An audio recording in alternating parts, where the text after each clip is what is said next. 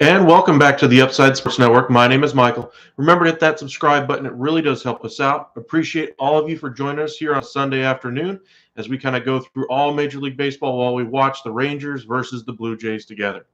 Now, the Rangers, of course, had a ton of offseason acquisitions. Corey Seager, Marcus Semien, the main two contributors so far earlier in the season or early in the season. John Gray, of course, was their top pitching addition. However, he is now on the IL with a blister. He didn't expect to miss a start, but the Rangers are being precautious and put him on the IL anyway. So he's going to miss probably one start. We'll be able to rejoin them on the road next week. Now, as far as the Blue Jays, their starters have not played well in the first two games of the season, but of course, that offense is legendary so far. Vladimir Guerrero Jr., Bo Bichette, but the real killer so far in this early in the season is Espinal. So, as far as the preview for the game, Rangers versus Blue Jays, it's basically going to be all about the hitters. Are they going to be able to continue to have a hot bat? The Rangers are finally going with their right-handed platoon, so it'll be kind of the first time we see them, how they do. For the Blue Jays, can they get their starters to go deep in a game early in the season? That remains to be seen. Now, this lockout obviously shortened the offseason, so they didn't have much time to prepare. So we'll see what kind of success both teams can have in this game. Well, early in the game, anyway, the Rangers kind of didn't score any runs, and we're in the bottom of the first inning. George Springer is up. Spencer Howard, the starting pitcher that the Rangers got last year in the Kyle Gibson trade, former top prospect, did not play well at all last season. He was not used well in Philadelphia, so that may have contributed greatly to that performance with the Rangers. After having an off season to kind of reset his brain, we'll see what kind of success he has early in the spring training. Anyway, he was very good, back to being that his former self. So we'll see if he can recapture some of that success that he had early on in spring training and as a top prospect. George Springer, of course, leads things off for the Blue Jays. Bo Bichette and Vladimir Guerrero Jr., I believe, are to follow. So we'll see how the game unfolds. Early in the season, oh, there we go. Looks like we got a leadoff home run for George Springer. If you're a Rangers fan, this is not the start you wanted to see for Spencer Howard. You're looking for more kind of progression out of him. George Springer does what George Springer does, kills the Rangers. Has ever since he came into the league. He does have a lot of swing and miss in him, but he does connect quite a bit when he plays against the Rangers. All those years with the Astros, leadoff home runs were quite common, and now we get to see it in a Blue Jays uniform. Not the start you're wanting to see if you're a Rangers fan. From a Blue Jays perspective, George Springer kind of is the catalyst for this offense. They did give him a massive contract about 2 years ago anyway, from the Houston Astros. Now maybe he's finally settling into Toronto now that they don't have to shift between three different home sites, Buffalo, or somewhere in Florida. I think it was Tampa. I can't remember off the top of my head. St. Petersburg. And Bo Bichette lines out to right field. Bo Bichette early on in the season hitting 500 along with Vladimir Guerrero Jr. We'll see if the Rangers can kind of start limiting that success. So far, 2 hard hit balls off of Spencer Howard. Not a good sign again if you're a Rangers fan. But back to what I was trying to say. Early on in the season, we've seen a lot of kind of ups and downs with a number of different teams. One game is great, one game is bad. That's why it's a 162-game season. It's still early in the season, but we've seen more than anything else tempers flaring all over the place.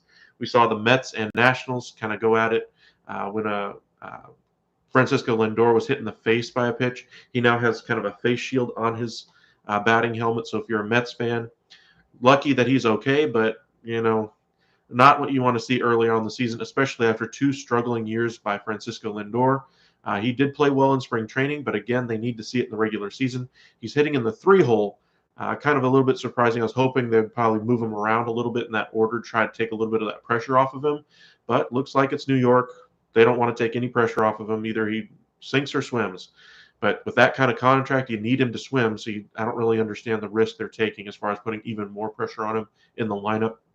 They could put a number of different hitters in that 2, 3, 4 spot, maybe put him in the 5 spot to take a little bit of pressure off him, more in the RBI, driving in guys kind of place.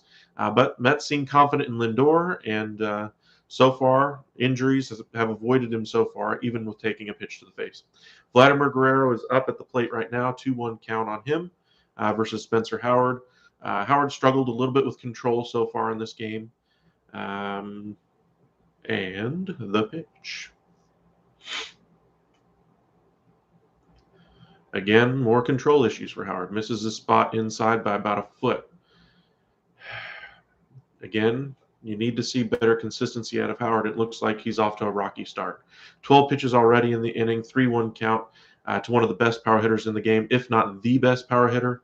As I've mentioned in other videos, Vladimir Guerrero Jr. is probably tied with Freddie Freeman, depending on how you look at the first base position. Smashes it up the middle. Simeon smothers it and gets the out. 3 hard hit balls off of Spencer Howard. Everything you want to see if you're a Toronto Blue Jays fan. Really not the start you're looking for Spencer Howard if you're a Rangers fan. Again, right through the wickets of Howard. Simeon there, though, to cover it up. Simeon, by the way, this is his first time back being in Toronto. He only played there for 1 year, did get a warm reception after coming back to Toronto for this series anyway.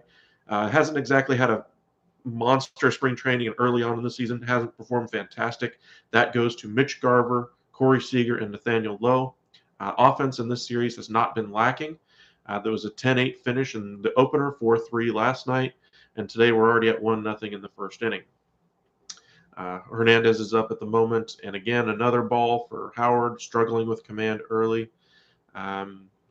Hernandez so far in the series, 1 for 4 with a homer, 3 RBIs. Let's see if Howard can find the strike zone, and of course not. 2-0. Maybe after the inning, he'll be able to kind of catch his breath and settle down. First start of the year jitters. Maybe that's all it is. And that it is a 162-game season. Don't want to put too much pressure on one start. But so far, things are not looking good for Spencer Howard. Ground ball through the right side between Simeon and Ibanez. Another base runner here for the Blue Jays, who have not lacked for base runners this series. And Lourdes Gurriel Jr. takes over as the number 5 hitter, only hitting 125 early in the season. But again, with these, it's only been 2 games, so don't put too much stock into a batting average high or low yet. Biggest thing you want to look for if you're a fan of either one of these teams or any of the other teams in baseball right now is contact. Are they making strong, good, hard contact? If you watched the opening game of the season, the Braves versus the Reds anyway, they had Joey Votto was mic'd up during the game, gave a fantastic interview, gave a actual real answer for the reason why he plays the game, his process in the game. You got to see that a first baseman doesn't just stand there. He was actively moving around when he had a runner on first in Albies. But anyway, back to the point. Votto said the biggest thing for him to kind of stay with everything is just making good, hard, consistent contact and keeping that bat speed up so that he makes strong contact every single time. That's one thing he's working on to kind of make sure he stays with the new age of the game, is just consistently getting that hard contact. 0-1 now on Gurriel as they try to pick off move unsuccessfully. And the pitch.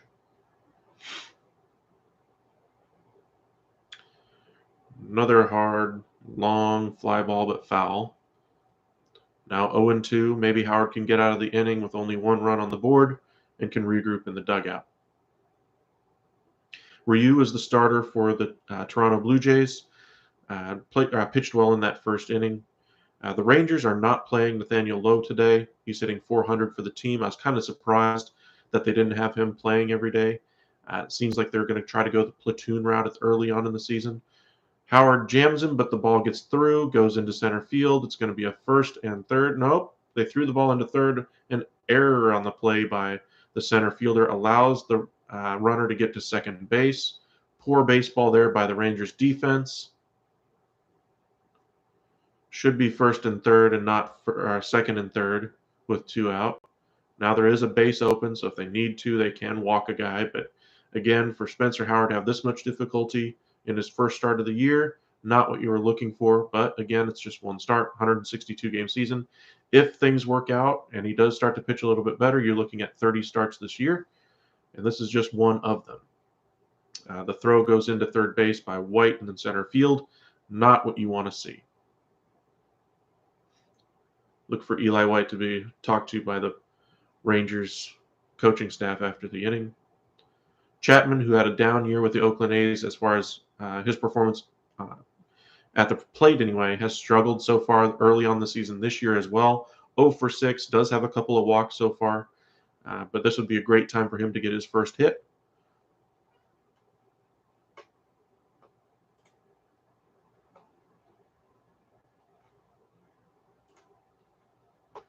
Oh and 2. Howard starting to find the strike zone. A little bit weaker contact the last few times for Howard as well. Maybe finally starting to catch his breath, get his legs underneath him. Rangers need an out here. Ooh, up and in, but did he go? Not quite, says first base umpire. 1 and 2 is the count. Howard still ahead in the count. Chapman, of course, was traded from the Oakland A's for a couple of prospects to the Toronto Blue Jays. Blue Jays wanted to go after Jose Ramirez as well, but Jose Ramirez did sign that 5-year, $124 million contract with a full no-trade clause with the Guardians. So it looks like they're going to stick with Chapman. Chapman crushes one to center field. Center fielder turns and looks up, and it's gone. 4-0 Blue Jays. Horrible start for Spencer Howard. And if the bullpen wasn't going already, Rangers need to get somebody up in that bullpen. And spring training, Brock Burke did pitch very well. You might remember him if you're a Rangers fan from a couple of years ago. Had injuries the last 2 years and hasn't been able to pitch very much at all. Did not pitch well at all at the end of last season in the minors as he was trying to recover from his injuries. Tommy John as well. But maybe he's the first guy out of the pen with Spencer Howard just getting nowhere. He's not avoiding barrels. Chapman, a struggling hitter, just launches one over the center field wall, and it's 4-0 Blue Jays. Absolutely horrible start for the Rangers. Home run jacket and everything for Matt Chapman in the Blue Jays dugout. For the Blue Jays, this is quite a start for them. Tapia is now at bat anyway. He came over in the Randall Grichuk deal from the Colorado Rockies. So we'll see if he can kind of start his Blue Jays career off on the right note. Howard, though, needs to get out of the inning. We'll see if it happens. Just misses on the outside corner, 96-mile-an-hour fastball. Tapia being patient. So far, Tapia is 0 for 3 in the series. Has scored a run. Howard set. And the throw. High, 95-mile-an-hour fastball popped up to left field. And caught. Inning is over, but damage has been done. 4-0 Blue Jays. If you might remember the score last night, the score 4-3. Blue Jays took it. Ryu got all the run support that he needs so far, and it's still only the end of the first inning. Well, let's kind of go around the league anyway. So far, we've seen, like I mentioned, tempers flaring in a number of different spots. We already mentioned the Mets and Nationals. We also have to mention the Cubs and Brewers. A number of different Cubs players were hit by a pitch in the game yesterday. And so in the 8th inning, Andrew McCutchen was at the plate. Thompson for the Cubs was pitching and got plunked after having one pitch go right inside and just miss him as he dove out of the way. And there was a second obvious clear intent to kind of get retribution there. Kind of surprised the ump didn't settle things down a little bit quicker than that after he saw that obvious attempt to hit him by that first pitch. Second pitch obviously nailed him. Ian Happ earlier in the game was hit in the kneecap by a slider that just came way too far inside. Brewers did hit 3 different Cubs, though, so you can kind of understand the frustration, and they did lose Ian Happ after that hit by pitch. So the Cubs were a little bit upset, but again, you never want to see pitchers throwing at hitters. It's just not safe. You can say you're the toughest guy in all the world, but taking a 95-mile-an-hour fastball to anywhere on the body, even if it is just the hip or the butt or whatever, is still not safe. They need to, kind of police that a little bit better. I'd like to see Major League Baseball come up with some type of solution to address that. Robot umps should probably be in next year as far as arguing balls and strikes, but they've never really done anything about the hit by pitch thing. Pitchers say they miss 5 games. Well, they only make 1 start every 5 days anyway. It's a 1-start loss, or you just move their start back a day. It doesn't really do anything aside from give the pitcher a little bit more rest. If you're a bullpen arm, they'll retribution or for like something like this, you might get a 2 or a 3-game suspension. You might pitch 1 or 2 days out of that entire time. Not a whole lot as far as suspension or a deterrent there for you. So if your team asks you to do it, I mean, what are you going to say? No, it's costing you one game and you get a little bit of rest. We'll see if Major League Baseball can kind of turn that around. We're back for the top of the second. Ryu takes over on the mound and evens the count at 1-1 to Adolis Garcia. A 1-2-3 first inning for Ryu. Rangers need to get something going. El Bombi, Adolis Garcia, the nickname for him anyway, El Bombi, did hit that home run in game number 1 to tie it at 8. I believe in the 7th or top of the 8th inning anyway. But the Blue Jays obviously came back and took it in the bottom half of the inning. Rangers bullpen so far this year has not pitched glowingly. They should have held that down. As far as the Rangers, they had a 7-0 lead in that first game and lost.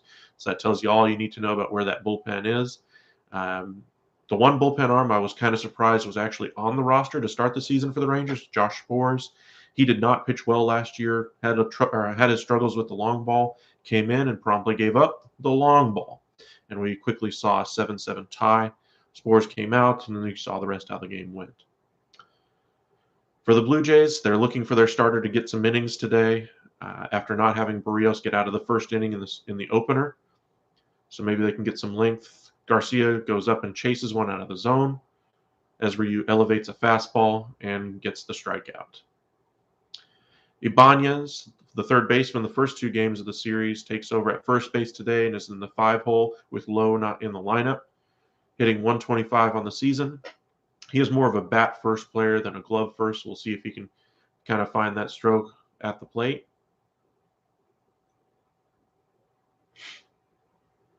And the pitch by the lefty. Just on the outside corner, maybe a little bit off. If we had robo umps, maybe that's a little outside.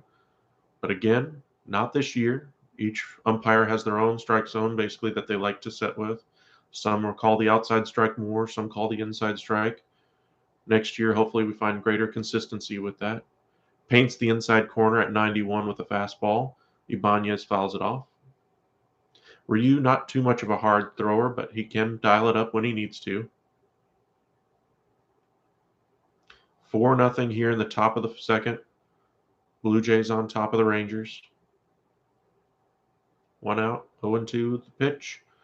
Down low. Looks like he missed with the changeup. Ibanez in the series 1 for 8 with an RBI.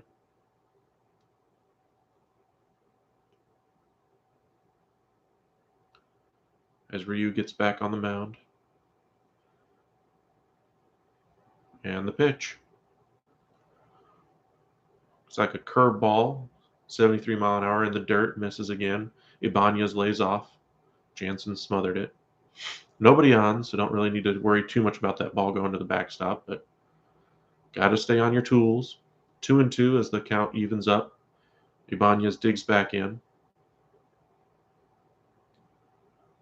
Lefty delivers. Strike 3, outside, very bottom of the zone, gets the strikeout. Great pitch right there. Just that pitch just tailed away from the right-handed hitter. Nick Solac digs into the box, first game of the year for him. You might remember him last year for the Rangers fans anyway, took over at second base. Rougned Odor was no longer there. And so Solac was given the first opportunity to take over that position. Struggled, hit .242 last year. 11 homers, 49 RBIs. Played in 127 games. Ryu up to 28 pitches as he misses with the first one in the dirt.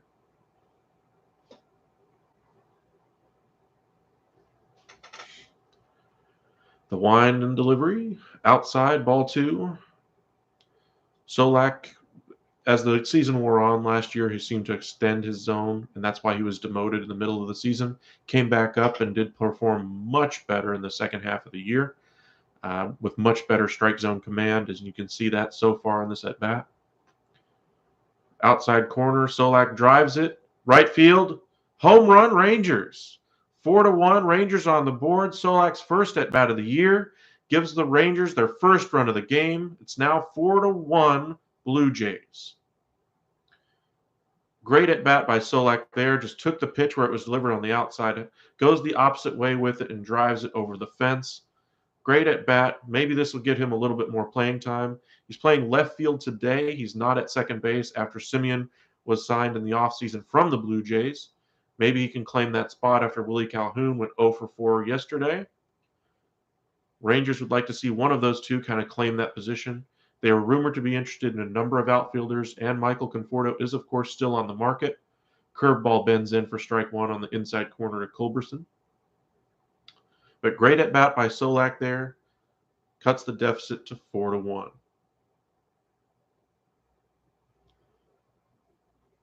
The pitch. Up and in, rolled over by Culberson to shortstop, on to first, and retired for the third out of the inning. Nice at bat for Solac there to kind of give the Rangers a little bit of life after going down 4-0 in that first inning. Keeps the Rangers at least in it so far, and that's saying something because we're only in the middle of the second inning right now. But Solac gets the home run. Rangers are on the board. One thing I did want to mention is Culberson did make the opening day roster. He had his contract selected by the Rangers.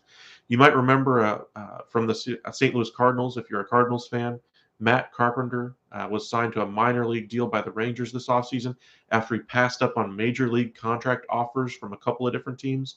Seems like he wanted to play for his hometown team in the Rangers, so it's kind of surprising to see that Culberson got the nod over Carpenter. The biggest reason I believe that was made was because of his position flexibility. Culberson, you can play him literally all over the diamond: first base, second base, third base, shortstop. The one thing that Carpenter hasn't been able to perform at the last couple of years, shortstop. And they don't really have anybody on the team aside from Simeon and Seager who could play that position. That's why I believe Culberson got the call up instead of Matt Carpenter. Maybe with an injury we see something different, but Carpenter probably is going to be one of the top 2 or 3 bats they call up if needed. The outfield, of course, was what I mentioned just a few minutes ago. The Rangers did bring in Cole Calhoun. They have Willie Calhoun to kind of play those corners along with Adolis Garcia. Eli White is there to kind of provide some assistance on defense. He did kind of knock the cover off the ball in spring this year. Brad Miller, the first 2 starts of the year went to him. He also hit a home run to lead off the year for the Rangers, so we'll see if they can kind of get some more production out of those lesser-known names, if you will. But if they don't, like I mentioned, Conforto is there, and they could always invest in those positions in the offseason. But the Rangers would really like to see one of their young guys solidify themselves at that left field spot. Maybe lengthen that lineup just a little bit more. Mitch Garver had a fantastic opening couple of games. They gave him the day off yesterday anyway, but he did come in as an offensive replacement. Didn't get the hit, though.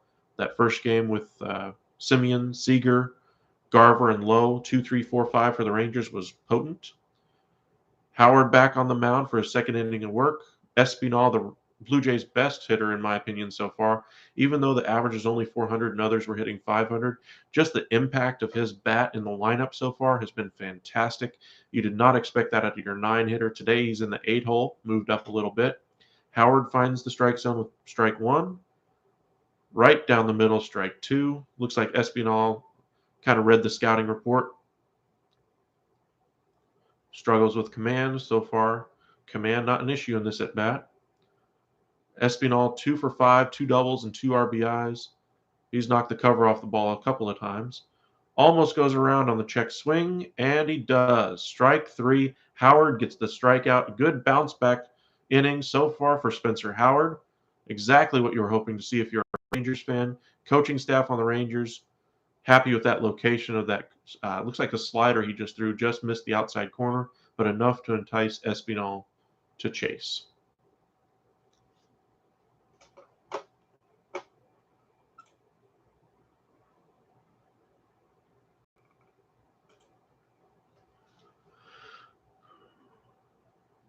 Way outside on the first pitch to Jansen, the number 9 hole hitter. Jansen hitting 667 on the year so far. Blue Jays are carrying 3 catchers: Jansen, Kirk, and Collins. You don't see that too often, but now that the DH is in both leagues, and if you have an offensive catcher, maybe you carry 3. Jansen gets underneath one, knocks it to the left field wall, just over the fence and over Nick Solak's head. 5-1 Blue Jays. 3rd home run of the game for the Blue Jays. 2nd home run of the season for Jansen. got a home run in the opener, and Springer comes back up to bat. Did hit a leadoff home run in the first for the Blue Jays. And if the bullpen wasn't going before, if you're a Rangers fan, it's got to be going now. Home run jacket for Jansen as he takes his high fives down the Blue Jays dugout. 5-1 Blue Jays with the advantage. Bottom of the second with only one out. Springer lines one to shortstop on a hop. Seager throws on to first. 2 away. Quick out there. If you're a Rangers fan, 31 pitches so far for Howard. A lot of hard hit balls. He needs to get his command under control again, locate his pitches a little bit better. Bo Bichette up to bat. He's 0 for 1 so far in the game. Is hitting the ball very well so far this season. And here at the Upside, we do cover a number of different sports, but wanted to kind of go over a baseball game with y'all and kind of see how things work out with a live stream. Just see if y'all are interested in having some questions answered. Heim takes a foul ball to the midsection. Umpire being very nice, giving him a minute to kind of catch his breath. Heim in his second start of the season. Hey, off the knee and into the, looks like just the side of the ribs. Heim looks like he's still struggling back there as well. PitchCom being used this year by all pitchers and catchers in baseball. They only had a week to prepare with it. Kind of surprising, seeing how pitchers in this game don't like to evolve quickly. This came about very fast. Apparently, it's basically the catcher has a little thing right here. He just pushes down the 1, 2, 3, 4 type of button, and the pitcher can hear the signal in this hat. That way, you can hear like fastball, low corner, inside corner, outside corner, up and in. Those kinds of things are what those are going to relay. All of this was done in an effort to avoid sign stealing, but the biggest impact I've seen on the game is it increases the speed at which the game progresses. Baseball has tried for years to try to increase pace of play, make it a little bit better, and this seems to be the first step without even realizing this would help in that regard, is helping a lot. The one thing baseball does want, it seems, is a pitch clock as well. With as quickly as these signs are getting relayed by the catcher punching it in on his band there, it seems like things are working out in their favor as well. Heim so far seems to be struggling using the pitch in the dirt. Bichette chases, and the strikeout is completed with the toss over to Ibanez at first. Howard gets out of it, but again gives up another home run, 3 in the game. Rangers trailing 5-1. Blue Jays are having a lot of success, making a lot of hard contact in today's game. We'll see if Howard comes back out for the third. He's not on a high pitch count, but is just struggling to find the strike zone, and when he is, he's getting crushed. So we'll see. Maybe the Rangers just need to get some length out of him and then flip it over to the bullpen. Brock Burke, kind of those long relievers that they have back there. See if their offense can get him back in the game as the game goes on. Nick Solac with a home run in the last half inning for the Rangers. And then Danny Jansen, the catcher, follows it up and is equal to the task.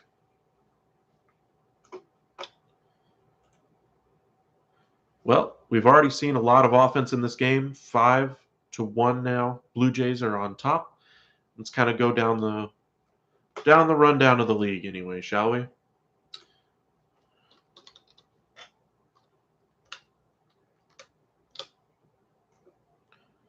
Athletics and Phillies tied at 0 in the top of the 5th.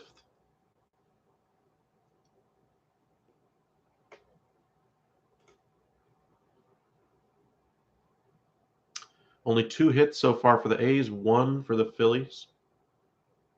Felter on the mound for Philadelphia. Bottom of the third between the Rays and Orioles. As you might expect, the Rays are on top 4-0. Arozarena is up to bat. Looks like the Orioles have had a pitching change already. Michael Kopech is on the mound for the White Sox today in his first start of the year. He's at 2 1/3 innings. White Sox lead the Tigers 4-1. Meadows is up to bat. The former Tampa Bay Ray was traded. from the Rays anyway to the Tigers. Give them some more pop in the outfield. Riley Green, of course, for the Tigers was injured in spring training. Otherwise, he would probably be in that starting outfield mix as well. 6 hits already for the White Sox, 4-1 again, the lead there. Mets and Nationals, we kind of already touched on kind of the acrimony there. Feedy, the first start of the year there. It's a 1-0 Nationals lead over the Mets. 2 hits aside, a couple of runners on. No outs in the inning so far. Braves and Reds tied at 0 at the top of the third. Ian Anderson, first start of the year, performed very well in the postseason last year for the Braves en route to a World Series title. However, he falls behind India 3-1. Reds have 1 hit in the game. Braves have not made a base hit yet. Guardians and Royals, top of the first. Jose Ramirez up to bat. No outs with 2 on already. 3-1 count. Ubek for the Royals, struggling early on, but it seems like the Royals have had some youth come up for them. Bobby Witt Jr. has played exceptionally well, both offensively and defensively for the Royals. Maybe he's the next superstar for the Royals there. Twins and Mariners just getting underway. 2 outs in the top of the first. Haniger up to bat. And out number 3. Minnesota coming up next. Cardinals and Pirates top of the first as well. Pirates do have a runner on first. Steven Matz in his first start for the Cardinals, coming over from the Mets in the offseason. If you remember the tweet sent out by Michael Cohen, how could you leave us kind of a thing when they're willing to spend all this money and brought in a Max Scherzer. Sounds like they really wanted to keep Steven Matz. Satsugo, of course, was the import from Korean baseball to Tampa Bay. Was expected to have big things in Tampa. Things just did not work out, and they spun him off onto the Pirates. Maybe the Pirates can get a little bit of value out of him. 2 outs in the inning, 2-2 is the count to him, with Matz on the mound and a runner on first. Cubs and Brewers, top of the first, 0-0. Stroman making his first start. Remember yesterday the hit by pitch to McCutchen and the 3 hit by pitch by the Brewers. Before that, Ian Happ left to injury. We'll see if any of that kind of continues now. Stroman struggling to find the strike zone so far, 2-0 in his first game of the year. Later on today, Dodgers and Rockies, Giants and Marlins, Padres and Diamondbacks, Angels and Astros, and the big one, Sunday Night Baseball, Yankees and Red Sox. Getting back to the Rangers, they now have a runner on first after they were able to have some success against Ryu finally. Simeon is in. Looks like they just got a punch out of their number 9 hitter. But Simeon is now up to bat. Top of the third, 1 on, 1 out, as Ryu got the strikeout there. Simeon goes the opposite way and fouls it off. Pitch on the outside corner for Ryu. Rangers down 5-1. Blue Jays hit 3 home runs so far off a Rangers starter, Spencer Howard. Rangers have scored their lone run on the home run by Nick Solac. In 13 games, or in his last 13 games, Simeon is hitting .373 versus the Blue Jays. Of course, most of that coming with the Oakland A's before his time in Toronto last year. Toronto, of course, in Canada, you have to be vaccinated in order to be able to in the lineup and even to cross the border. And it seems like the Rangers' everyday players are all vaccinated, so they don't have any holes in their lineup for that reason. A number of other teams around the league cannot say the same. Yankees, Red Sox, Rays, and Orioles, all of the teams in the AL East will see how many of those players are not able to play when games are in Toronto. Not necessarily the impact for themselves, but more about the impact on the team not being available to be able to play, whether you agree with the politics of it or not, the science of it or not. The fact is, those players are not going to be able to perform, and those players will not be paid for the games they are not able to perform at because of their status. Probably impact the AL East players probably 9 games a year, so take that for what you will. Simeon fouls off another one. It's 2-2. Ryu is set, and the pitch. Simeon fouls one off that looked like it would have been ball 3 beneath the zone. Rolled it over to the left of third base anyway. 45 pitches so far for Ryu, 15 pitches an inning so far. If he gets a ground ball double play, that's a fantastic start for Ryu, giving them much needed length. If you're a Rangers fan, you want to see Simeon kind of get on a little bit of a roll, get comfortable with his Rangers team, especially after he played in Toronto last year. Ball up high, 3-2, up in the eyes. Not close, not a competitive pitch. The big thing about being ahead early in the count for a hitter is looking for the opportunities to be able to drive the ball. When you're behind, you want to protect the zone. As a pitcher, though, you want to at least keep the pitches competitive. Where you missed his spot there. Curveball bends into the zone, 73-mile-an-hour curveball. Great pitch by Ryu, and Simeon strikes out. Rangers have had a few strikeouts so far in this game, but the biggest bat in the Rangers lineup is Corey Seager. Multiple hits in his first 2 games as a Ranger. His career versus Toronto, .438 average with a 1.111 OPS, second highest average versus any opponent. Bo Bichette on the opposite end also knocks the cover off the ball. Highest batting average against any team. So we'll see if that continues today. As we already mentioned before the start of the game, Bichette was hitting .500 against the Rangers. So far, has not found success in today's game. Corey Seager takes low ball 1. See if the Rangers can keep it close here in the third. Drive in a run maybe with a 2-out rally. Maybe a double here by Seager gets them on the board and brings things a little closer. But no, Seager just misses that one. Looks like he was trying to launch that one into the right field seats. But it was just on the low inside corner there. Great pitch by Ryu, the lefty. Left on left here. Seager is set, knees at the ready. Relaxed stance. Ooh. To me, that one looked like it was in the strike zone for Ryu, but the ump says no. Remember, with the robo-umps in the minors this year, probably coming up to the majors next year, that one gets called a strike. If you're a Blue Jays fan, you need to have that one. But Major League Baseball, before the season, said they wanted to see a raised strike zone. So maybe that was kind of the impetus there, why they didn't call that one a strike. That was a great pitch by Ryu. If you're a Blue Jays fan, you needed that one. 2-1 now. Seager steps out after Ryu kind of stepped out first. Seager back in as they kind of reset things.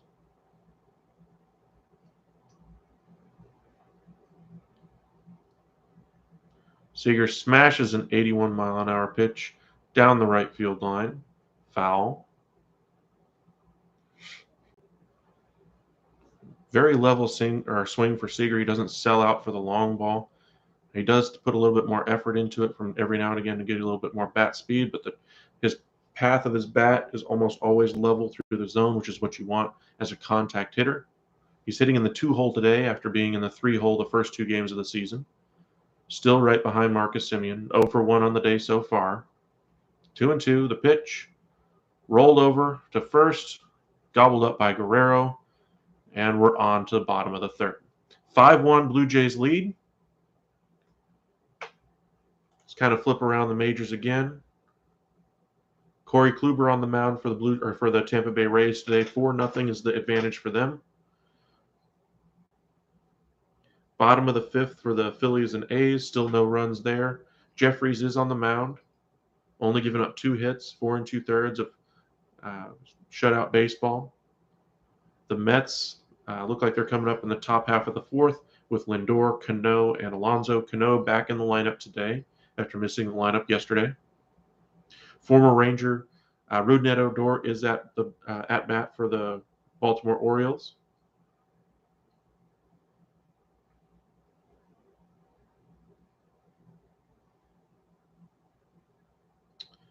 Luis Robert is up to bat for the White Sox. Possible MVP candidate there. A run already in the inning for the White Sox. 5-1 is the advantage for them. Runner on second with only 1 out.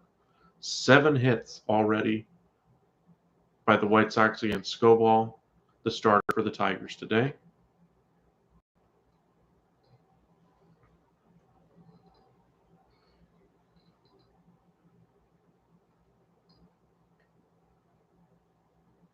Guardians have a 2-0 lead over the Royals with a couple outs in the top of the first inning. Mercado is up to bat. Looks like we've had a pitching change in Kansas City already. Bases are loaded. Great opportunity for the Guardians to kind of bust things open. They lost the first 2 games of the year to the Royals. As I mentioned, the Royals have found a lot of success with their youth that they have brought up to the majors. Maybe it's time for the Guardians to kind of draw even here.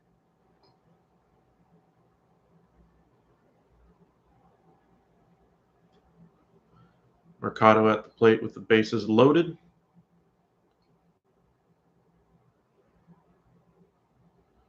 Clark looks like he came in out of the bullpen anyway for Bubic. Kind of stick with this game for a minute just to kind of see what happens. See if the Guardians can really open things up for themselves.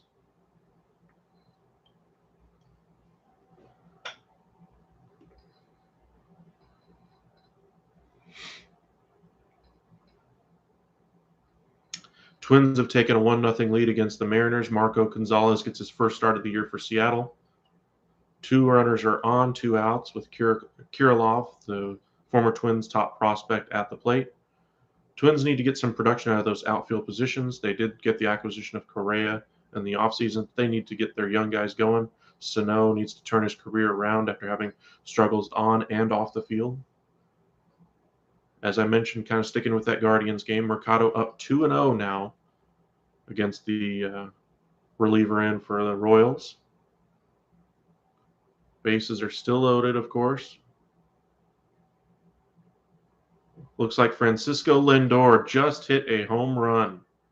Ties the game at 1 for the New York Mets. Lindor may be finding some comfort there after they have taken the first 3 games of that series against the Nationals. Nationals, of course, have gone young, so don't expect them to win 50, 60, 70, 80, 90 games anytime soon. Probably that 50 to 60 range is a little bit more realistic for them. 3-0 now, the count to Mercado in that Guardians-Royals game. Nowhere to put him. Clark's going to have to find the strike zone. Looks like he follows that up by getting a couple of them there for him. Oh, another home run in the Rangers game. Howard has not been able to avoid the barrel. Vladimir Guerrero Jr. hits a home run. 6-1 Blue Jays. And I do not know what the Rangers are doing as far as not bringing in a bullpen arm right now. That home run should chase him. Hernandez just misses one down the left field line. But again, another hard hit ball. Where is the bullpen for the Rangers? Howard just does not have it today.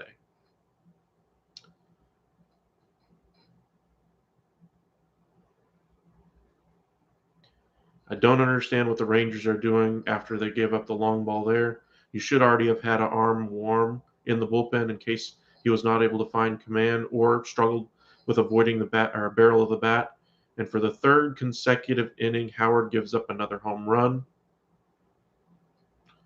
Finds the strike zone at the bottom of the zone, 0-2. Looks like he's starting to locate better, but he is not avoiding the barrel of the bat at all. Still keeping an eye on that Guardians-Royals game for you with the bases loaded and bases loaded and 2 out with Mercado up there. He had a 3-0 count, is now 3-2.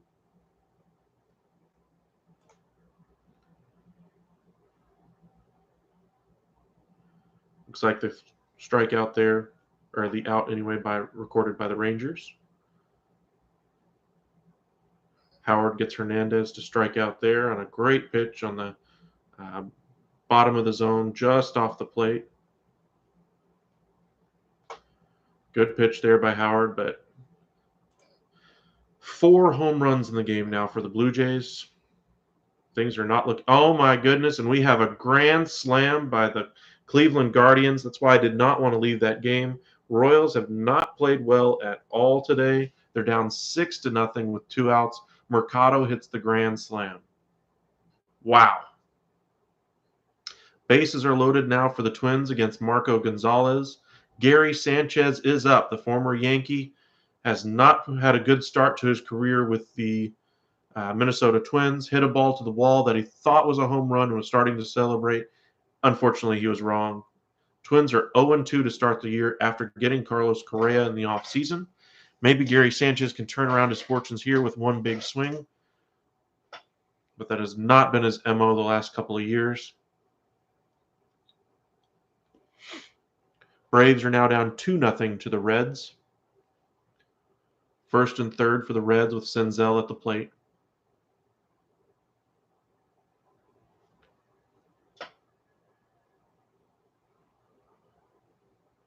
Twins up 1-0. Remember, bases are loaded. Gary Sanchez is up. Marco Gonzalez finding some difficulties here in his first start of the season.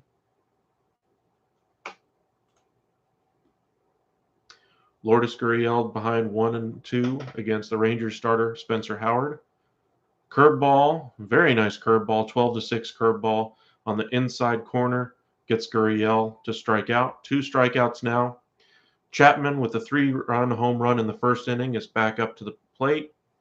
Let's see if Howard can avoid the barrel here. 4 home runs in the game by the Blue Jays. That was Howard's struggle last year, the long ball. Looks like it's the struggle this year as well. Of course, the Blue Jays are a good home run hitting team, and it is a good home run hitting or good home run park as well.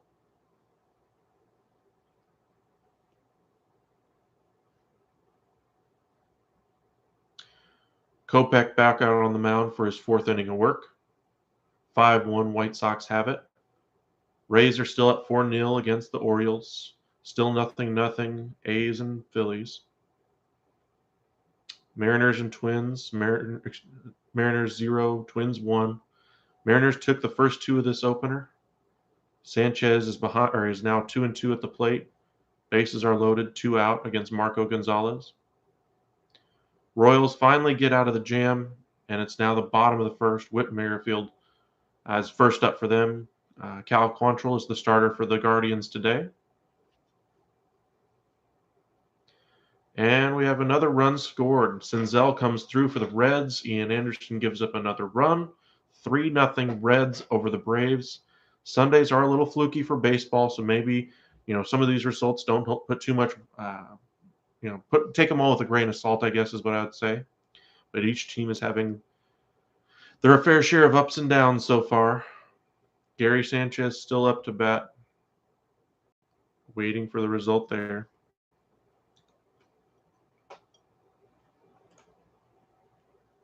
If you don't follow baseball too much, there's a lot of other sports we follow here at the Upside. Baseball, of course, is one of them. Basketball. We do follow the NBA Finals are soon, right around the corner anyway. Playoffs are, I believe, starting a couple of days. Play-in tournaments look like they're set. Wow, a grand slam for Gary Sanchez, and he comes through for the Twins. His first hit as a Minnesota Twin is a grand slam. 5-0 Twins over the Mariners. Marco Gonzalez not able to get out of the first, avoiding that crooked number. What a start. What a start for the Twins there. 5-0. They needed to kind of reverse their fortunes after losing the first 2, and they do so. 5-0 Twins. 6-0 Guardians. We've already seen 2 grand slams on the day. Very impressive by these lineups today. Power is just everywhere. A lot of crooked numbers on a lot of scoreboards.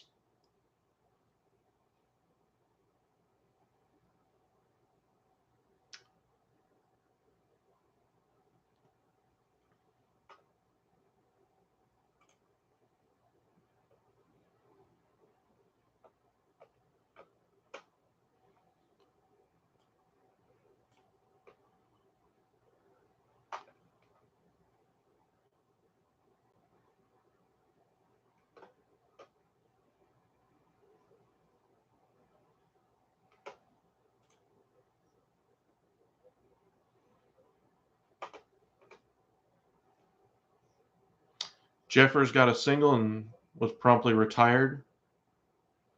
Or Kepler was promptly retired after that. Gonzalez gets out of the first, limiting the damage to 5. Mariners are one of my teams that I expect to make the playoffs as well. They are 2-0 on the season so far, but 5 runs in the first for the Twins. Looks like the Rangers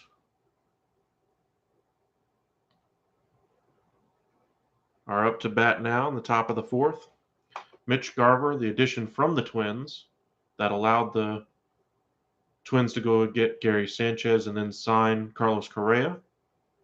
See how the dominoes kind of fall all around the league? All these different teams are kind of connected to one another.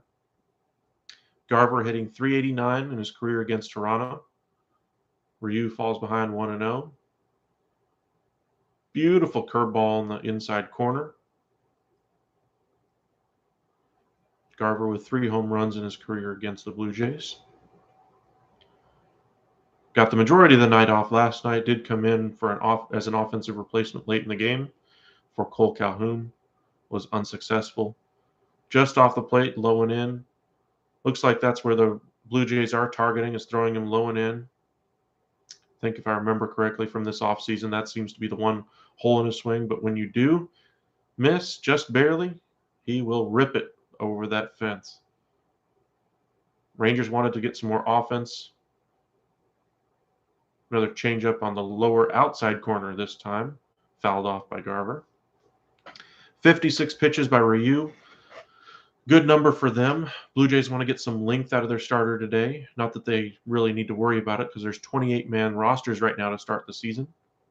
Rangers have already made one call-up of Spencer Patton for them after John Gray went on the IL with blister issues. Low and in the dirt to Garver again. It's now 3-2. Garver takes him to a full count. Professional at bat. He's in the 3 spot today after Seager was there the first 2 games of the year. Rangers going with their right-handed platoon today against the lefty Ryu.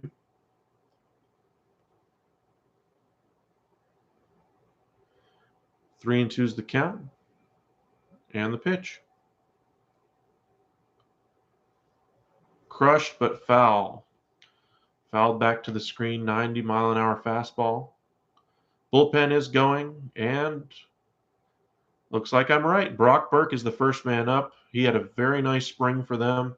We'll see if he can continue that success that he found there. Rangers will be patient with him this year. They've already basically said they're not going to start him. They've already mentioned that they're not going to start Garver back-to-backs, day game after a night game, that kind of a thing. So they're going to be looking at health first and foremost. Ball is popped down the line on the first base side and gets down foul. Count is still 3-2. Brock Burke is probably going to come in the bottom of the 4th.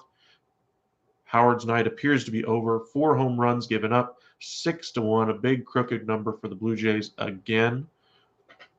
Remember, they took the opener 10-8 against the Rangers and 4-3 in the second game. Rangers playing much better on the mound anyway. Bullpen gave up the game late again. Brett Martin gave up the run in the 6th. Ball 4 just outside to Garver. Ryu missed his spot. He does not miss his spot very often, but did there. Up to 60 pitches now.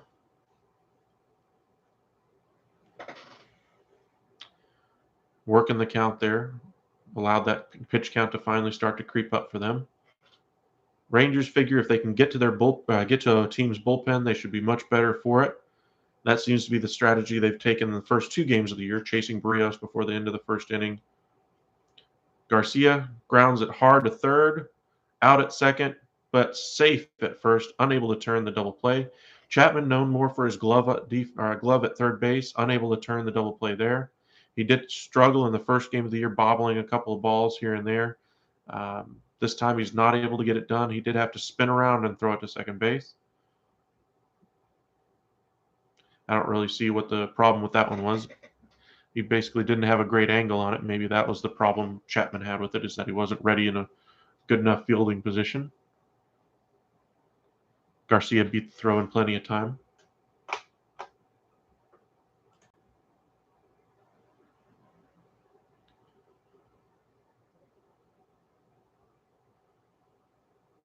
Yeah, I agree with you. 175 million over 7 years for a second baseman is serious money. I kind of understand why Simeon took that money. If he probably does wish, as far as that, he still had a postseason run, but this Rangers team probably makes the postseason the next 2 or 3 years. This year, though, I believe the Blue Jays are going to be one of the top two teams in the AL. White Sox are up there. If the Yankees can get some starting pitching, I believe they're up there as well. But Simeon gets the money and locks up his contract, locks up his future. Very professional player, brings a lot of leadership to the Rangers, and that's ultimately what sold him. The addition of Corey Seager obviously helps make his decision a little bit better in hindsight, now that they were able to kind of flip things around. Let us know in the chat what you think of Simeon joining the Rangers. Rangers score a run here.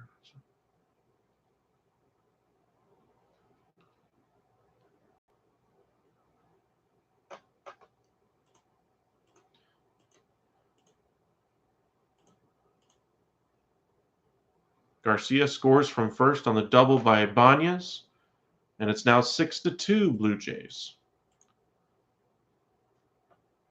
Another hit by Solac. Ibanez with a late start to go to third base. Throw comes into third, but Ibanez is there safely. First and third for the Rangers. They got something cooking here in the fourth against Ryu. Ryu up to 63 pitches, starting to miss a couple of spots. Solac 2 for 2 in his debut for the Rangers this season. Like I mentioned, the Rangers were hoping to get some consistency out of him. Smashed at the shortstop. Bo Bichette took a funny hop on him, so we'll see how the official score plays that one. Ibanez kind of stumbles into third base. Kind of looks like he tripped over his own foot there. Tony Beasley holding him up after the ball goes past third base and down to the home plate. We'll see how that one is scored in a little bit. Good start, though, for Nick Solac. Culberson is up. Remember, he was the one that was selected over a guy like Matt Carpenter because of his ability to play multiple positions. Carpenter only able to play first, a little bit of second, and some third base at this point in his career. Is a lot older than Culberson anyway. Culberson with that multi-position flexibility. And he already is used to that bench role. Matt Carpenter would have had to have adjusted to that bench role. So they go with the guy who's already accustomed to coming off the bench.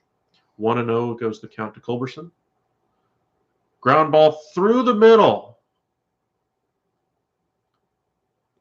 Rangers get another run to put their own crooked number up there on the board, and the ball comes in again to third base and rolls all the way to home again. Blue Jays defense struggling to complete the relay plays. Seeing eye single right up the center, right up the middle, with the shift on, right in between the second base and third baseman, or excuse me, second base and shortstop.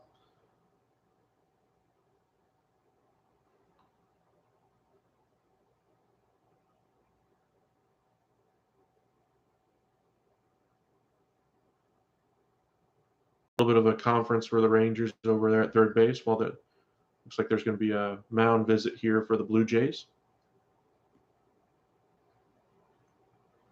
You can kind of see why the Rangers stuck with him as the bench bat versus left-handed hitters last year. He hit 346, so you can kind of understand why when a right-handed platoon, how valuable he is as a commodity. Other names on that list: Trey Turner, Ketel Marte, Teoscar Hernandez, Buster Posey, and Paul Goldschmidt. And right after them, Charlie Culberson. Great job last year by Culberson. Heim worked the walk in the last inning, is now up there. He is not known for his glove. He's more known for his power potential. Does not make a lot of contact. So if he can get a hold of one, we're looking at a tie game. Just on the outside corner. It seems like this umpire does like to call that outside pitch. That was right where that one was. Catcher Heim asking the home plate umpire if that's as far wide as it's going to go. Or is it going to go a little further than that? Get a good eye for where the strike zone is going to be for him. A little bit different hitting than it is catching. A little different angle. Heim gets a hold of one, pops it up to the left field, but it looks like it's going to go foul, way foul. Rangers did not look good to start the game, but now look like they have something cooking. Runners on second and third with only one out. 0-2 now to the catcher Heim. Again, more known for his power potential. Probably going to expect Ryu to try to get him to chase with the next couple of pitches. Mets have taken the lead in the top of the fourth, 2-1 over the Nationals. Mariners unable to score in their top half of the inning. Bottom of the second there, 5-0 Twins. Rangers are hitting .421 this series with runners in scoring position. Ball very much inside, not competitive again. It's been the one issue so far I've seen with Ryu. Command in this half of the inning anyway. And then the biggest part, it seems he's not able to throw a competitive chase pitch yet. So expect Heim to try to lay off if it's way outside again, or inside in that case.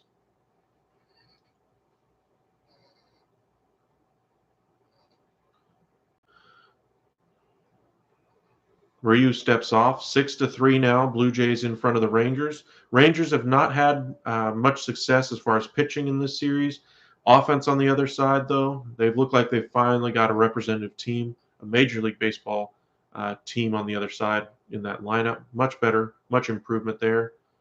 Heim able to foul off the very low curveball, able to entice a swing out of him.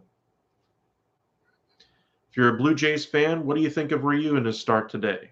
Given up 3 runs in 3 1/3 innings so far. Before this inning, he pitched very well.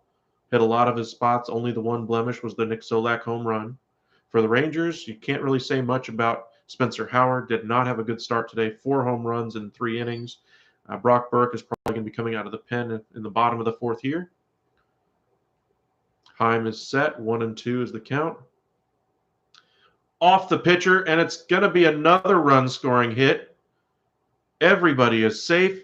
4-6 now. The Rangers are only down by 2. Eli White up to the plate anyway. And probably going to expect the training staff to come out here and check on Hyun-Jin Ryu, manager for the Blue Jays. Charlie Montoya, I believe is his name. Gotten a contract extension this offseason. I will mention the training staff for the Blue Jays. The Blue Jays did very nice on opening day, kind of going down the line, introducing every single member of their training staff. They also had their team come out and high-five them first as opposed to the players first. Usually you see, like in the All-Star game, you see them start at home plate and kind of go down the line. They made them start at the left field foul pole and come down the line. Looks like they're actually going to take Ryu out of the game, a pitching change here. So it looks like that foul ball might have caused a little bit of damage. And so they go to the bullpen. They're going to have all the time they need with the injury to get him loose. Kind of surprising here. A good start so far by Ryu. Ran into some trouble in the top of the fourth, and the Rangers have something cooking with runners on the corners. While we break for the injury commercial anyway, let's kind of flip back through the league. The Mariners are now down by 6 to the Twins. Byron Buxton hit a home run to the left field. Correa did not have any success, hitting 111 so far as a member of the Minnesota Twins. Gio Urshela is hitting in the 4-hole this year and is hitting .500. Did not expect that to be the major piece of the trade for Josh Donaldson and Isaiah Kiner-Falefa, but so far filling in very nicely. Miguel Sano just still has not found any success, hadn't got a hit yet.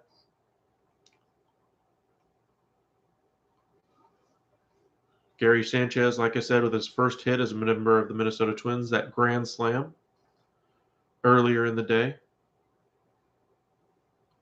Reds are now at 5-0 on the Atlanta Braves. Sean Newcomb is now taken over for Ian Anderson. Not a good start to the season for Ian Anderson. Tony Pham is up to the plate. Pham was a late sign out of spring training anyway. Bases are empty with 2 out.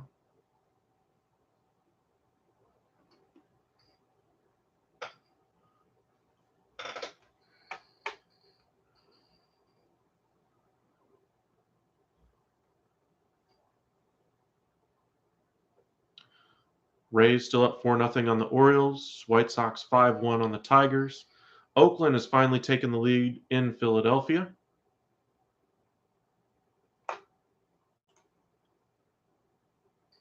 Seth Brown hit a line drive to left field.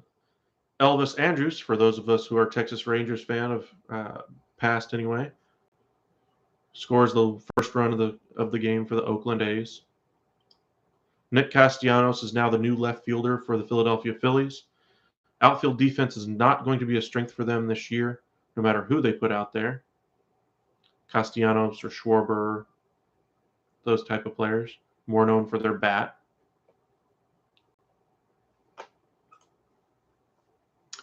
Looks like we're back, and Merriweather takes over on the mound for the Toronto Blue Jays. 6-4 is the lead for the Blue Jays right now.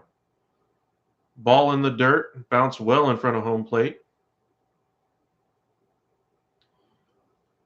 Good time if you're a Rangers fan. Let y'all know this lineup is reworked. Looks like Brad Miller is taken over at the number 9 spot for Eli White. Looks like the right-handed platoon got the job done, got the starter out of there, and now Miller laces one into the left center field gap, and it rolls to the wall. We're going to have a tie ball game if Heim can get around third. Miller in there with a double as the throw comes in late. Heim scores. We have a 6-6 ball game, all tied up here in the fourth. Ryu takes one off the shin, has to leave, promptly giving up the lead in 2 pitches by Merriweather. It's now an all brand new game. 6-6. Offense is reigning in Toronto again. No pitching is showing for either team so far in the series. Ryu was pitching well up until this inning. Remains to be seen if there was any other issues for Ryu aside from being hit by that line drive up the middle. But Miller comes through again, swinging a very hot bat for the Rangers. Semien now up to bat. Seager to follow. Up and in. Kind of a protective swing there for Marcus Semien as he falls behind 0-1. Like to have that one back as it was up near his face. 6-6 again here, the score. Rangers have given up 4 home runs in the game already. Brock Burke is loose in the bullpen and will take over in the next half inning. The Rangers have scored 5 runs in the inning already. Solac with a home run in the second has reached both times he's come up to the plate. Great start in his season debut for the Rangers. Rangers have come back from 6-1 down in this game. It's now tied 6-6 in the top of the fourth. And again, we'll see whose pitching can finally perform. This series has been all offense, but we'll see whose bullpen finally can get the job done. Semien behind 0-2 to Merriweather. Strike 3, chases one out of the zone. Semien has not looked very comfortable at the plate in spring training or early in the season. So we'll see if he can find some consistency when he comes back to Texas anyway. But so far in Toronto, things have not turned around for him too much. Chases one well outside of the zone, honestly in the left-handed hitter's batter box. Kind of flips his bat around in disgust with himself. Seager has swung a very hot bat so far for the season for the Rangers. 0-2 on the day, but he has multiple hits in both games the Rangers have played this season so far. With runners in scoring position last year, he hit .338, 3 homers, 5 doubles, and 37 RBIs. Not a competitive pitch at all by Merriweather. Slider just didn't slide, or whatever that pitch was. I don't really know. It just kind of popped out of the hand. But we have a brand new ball game after the Rangers were down 6-1. What a comeback quickly by the Rangers here in this inning. 5 runs. Ooh, just foul by Seager. Probably would have been the third out of the inning and would have been very good for the Blue Jays to do so. They kind of need to get their feet back under them after giving up 5 runs to the Rangers this inning so far. Seager 1-1 in the count right now. As we mentioned, the Blue Jays have hit 4 home runs today. Springer hit the first one to lead off the game. Chapman in the first inning hit a 3-run homer over the center field wall. Danny Jansen followed that up in the third with a solo shot. Seager gets the ball down, and the Rangers are going to take the lead 7-6. What a professional at bat by Corey Seager. Does the damage again. He's been everything for the Rangers so far this season. Mitch Garver now coming up to the plate. Things are not looking good for Toronto right now. They're struggling to get out of this inning. Remember, Hyunjin Ryu left. Oh, wow. A one-handed swing by Corey Seager. Fought that ball off. What a swing. Wow. That should be ESPN highlight worthy. That was phenomenal. That was great. Corey Seager gets the job done with one hand on the bat, fights it into left field, and gets the lead for the Rangers, 7-6. Blue Jays need a moment to kind of catch their breath here. Mitch Garver got a walk already this inning as they've kind of batted around. Swing and a miss, up and in for Mitch Garver. Merriweather takes the lead, 0-1. What a game so far we have. The Rangers were originally down, like I mentioned, 6-1. 4 home runs for the Toronto Blue Jays in the game already. Spencer Howard is probably going to be pulled. He's already pitched 3 innings, but Brock Burke's been warm in the bullpen this entire half inning. Right down the middle for Merriweather. Now he gets ahead 0-2. Blue Jays look to get out of the inning with limiting the damage to 6 in this half inning. Let us know in the comment section what you think of the Rangers coming back with 6 in this half inning. Rangers offense is much better, much improved over last year. They have a professional lineup, like I mentioned. Actually have some hitters who can get on base now in front of Adolis Garcia instead of him being the one good hitter in your lineup. Garver pops one up behind the plate. Will it get out of play? It will. Stays alive at 0-2. Merriweather struggling to get this, or to shut the door for the Rangers here, or for the Toronto Blue Jays, and shut the door on the Rangers anyway. Great power hitter in Garver up the plate. Rangers made that deal for Isaiah Kiner-Falefa and a prospect pitcher anyway for Garver so that they could have him at the plate. He's already come through in the first game of the year, reached base, I believe, safely in his first 3 at-bats of the year for the Rangers. Didn't play much at all yesterday, did not get the start, came in as an offensive replacement late in the game, and today gets the start again. Ball low, almost got him to swing on that one. Blue Jays looking to get out of this half inning after losing their starter, Hyunjin Ryu, who took a ground ball line drive up the middle off his shin, allowed Heim to reach base safely. Corey Seager over there on first base. 6 runs in for the Rangers in this half inning already. Strike 3, Garver takes one right down the middle. Looks like a changeup that just buckled him, and the Blue Jays get out of the inning. But 6 runs for the Rangers in the inning, and this is a brand new ball game. The injury by Ryu allows the Rangers inning to kind of continue. They get to Merriweather as Seager makes a one-handed swing for the lead. Wow. This lineup is ready to go. Now we'll see if the bullpen can come in and finally lock things down. Brock Burke, if you'll remember from years past, anyway, was part of that mega trade with Jurickson Profar. He was the big piece that the Rangers got from the Tampa Bay Rays in that deal. I believe a 3-team deal with Profar going to the A's. Profar is, of course, now with the San Diego Padres. Didn't stick around in Oakland for long. But Rangers are looking to finally get some production out of Burke, who struggled with injury and poor performance the last 2 years, coming off of, I believe, Tommy John surgery as well.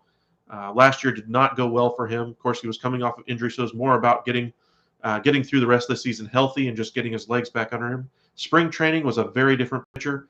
Pitched very well in all of his outings in spring training. We'll see if that can continue in the early part of this season. Let's kind of flip back through the league again. Oakland now has a 2-0 lead on Philadelphia. Rays 4-0 over the Orioles. White Sox 5-1 over Detroit. Mets still have a 2-1 advantage over the Nationals. Atlanta is finally on the board. 5-1 there. Hunter Green got the start for the Cincinnati Reds. You might remember him from being on the top prospect list for a number of years.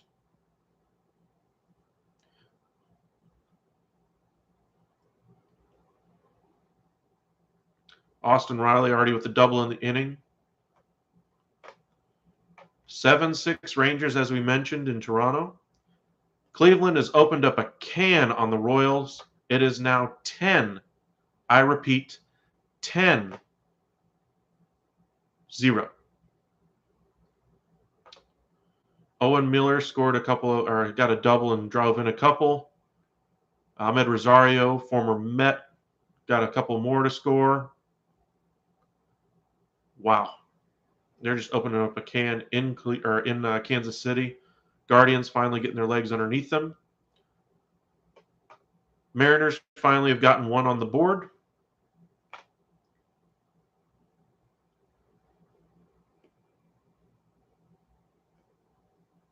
Byron Buxton again hits two. He has 2 home runs in the game.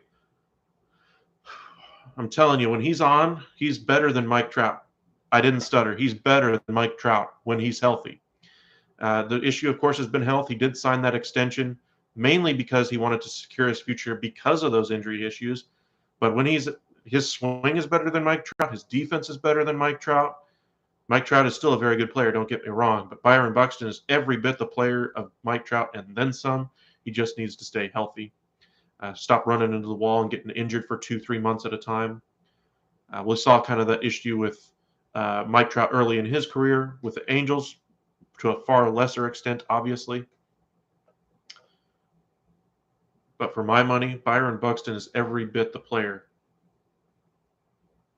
of Mike Trout. 6-1 Twins over the Mariners. Just kind of flipping through the games today. Pirates now have a 4-3 lead against the Cardinals. Cubs 3-0 over the Brewers.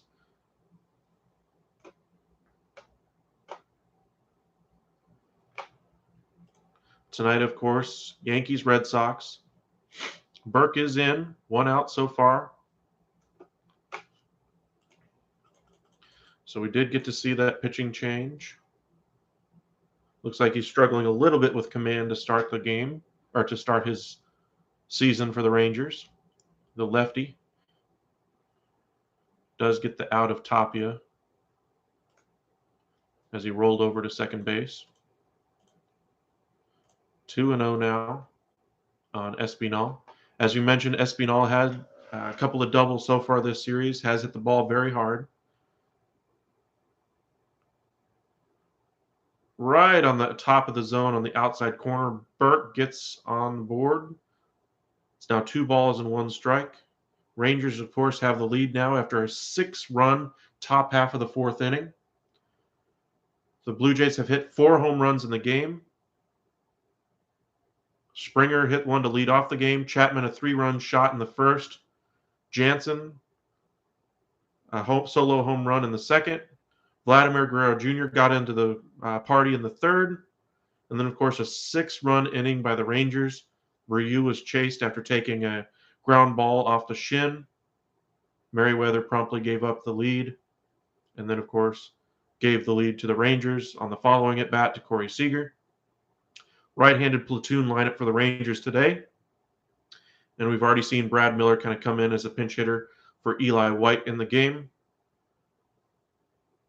A lot of success on offense for the Rangers early in the season. Not much out of the bullpen. We'll see if they can get some success today as they have a 7-6 lead now.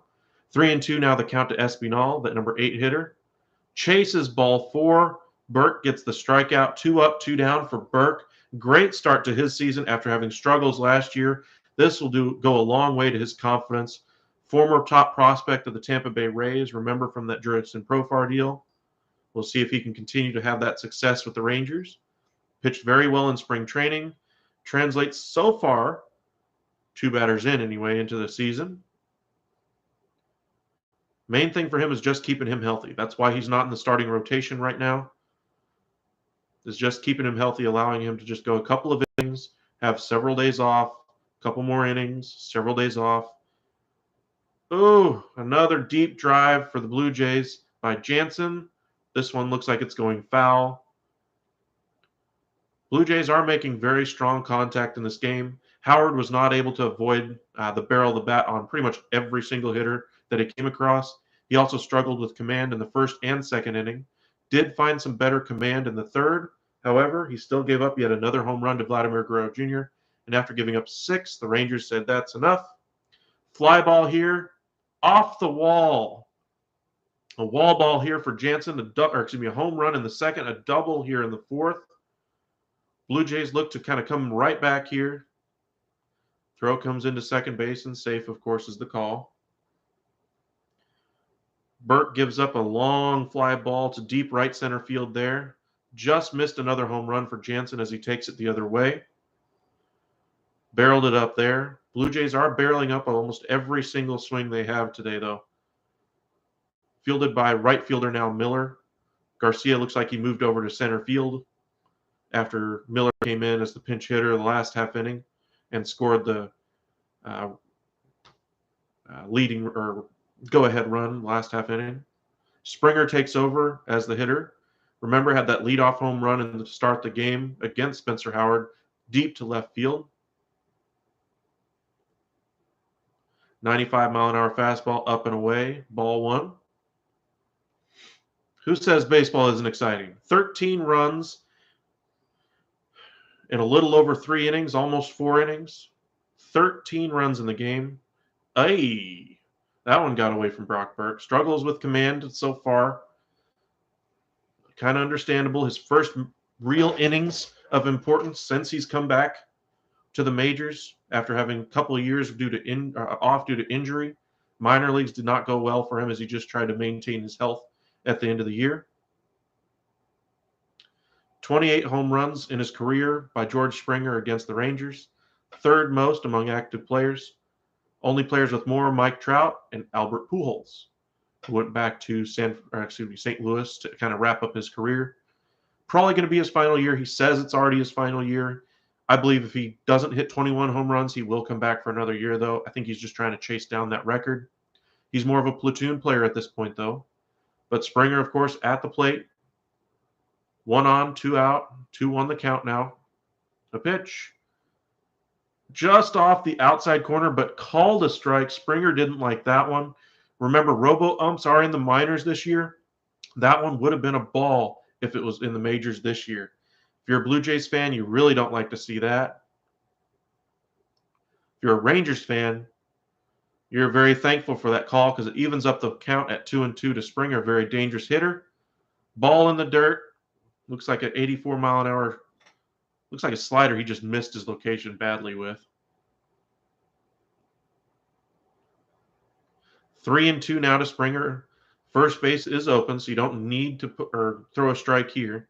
Bo Bichette, though, has killed the Rangers. Highest batting average against any team is the Rangers. Strike 3 right on the inside corner. Springer takes it all the way. Acts like it was way inside by bending out of the way, but it was there. Beautiful pitch by Burke. Finally hits his spot and gets out of the inning. 7-6 is your score as we head to the 5th inning. Great pitch by Burke, and that'll build his confidence. Gets out, avoiding a big inning for the Blue Jays after they take the lead the last half inning. The Rangers get out of it without giving up a run. Great half inning by Burke. He is more of a long reliever, so he'll probably come out for another inning, but this is his first real big inning since coming back from injury over the last couple of years. Maybe they take him out and build his confidence, but that was a great half inning by Burke. Struggled with command, but still was able to get outs, and that's all you want to see right now if you're a Rangers fan. Blue Jays. Oh, hey, James. Thanks for joining us. And welcome to the Upside. If you haven't hit that subscribe already, please do so. We do cover more than just baseball, though. Like I mentioned, we do NBA, NFL, and hockey. Basketball is wrapping up in the next day or two. The Golden State Warriors and Mavericks are duking it out for the 3-4 spot in the West. It's probably the only real big thing left on the Western side to be decided. If the Warriors lose and the Mavericks win, Mavericks get the 3 seed and avoid the Phoenix Suns in the first 2 rounds of the playoffs. That would be huge for them. The Warriors did get the win last night without Klay Thompson or Steph Curry in the game against the San Antonio Spurs. Spurs have clinched a spot in the play-in. Lakers, of course, are out this year. There's already rumblings of drama there going on with LeBron about who's going to accept blame and should they trade Westbrook? Obviously. Should they trade LeBron James? Possibly, but not nearly as likely as Westbrook. Should they trade AD and just reset the whole thing? I don't think they'll do those things, but Westbrook needs to be gone. Whether they buy him out and just eat the contract at this point, he's just a complete cancer on that team. They need to move him somehow, some way. Maybe you flip LeBron and just go young with Davis and a couple of pieces that you get back for him in that deal, a couple of first-round picks, and you don't have to offload your 27 first to get rid of Westbrook. That might be the way to go and get young. LeBron did bring them a title in the bubble in 2020, so he was well worth that contract for them. But the Lakers are about titles, and right now they're not competing for titles, so maybe they reset things. Back to the game, Adolis Garcia takes his position in the right-handed hitter batter's box. El Bombi is his nickname. Ross Stripling comes in from the bullpen. Should be a multi-inning relief appearance for him, former starter with the Los Angeles Dodgers. Let us know in the comments section what you think of the Rangers and Blue Jays game so far. 13 runs in 4 innings. Both teams playing very well offensively. Rangers coming back from a 6-1 deficit, chasing the starter Ryu in the 4th inning. After he took a ground ball off the shin, Merriweather came in, promptly gave up 3 runs, only one of which is credited to him. Garcia chases one and evens the count 1-1.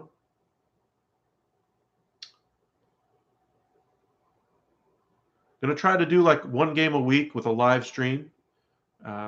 Today we're doing the Rangers and Blue Jays. Looks like we chose the right game of the day. Other games that are interesting, of course, the Twins. 6-1 have the lead anyway over the Mariners. That lead is now 6-4 as the Mariners have come back a little bit. Marco Sanchez was just pulled from the game. Gary Sanchez is up after he hit a grand slam for his first hit as a Minnesota Twin. 2-2 now the count to Garcia.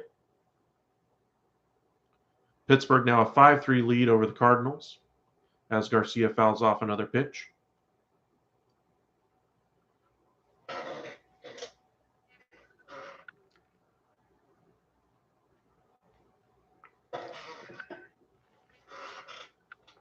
Rangers, of course, have not had any trouble scoring runs in this series, but their bullpen's been the deficit for them so far.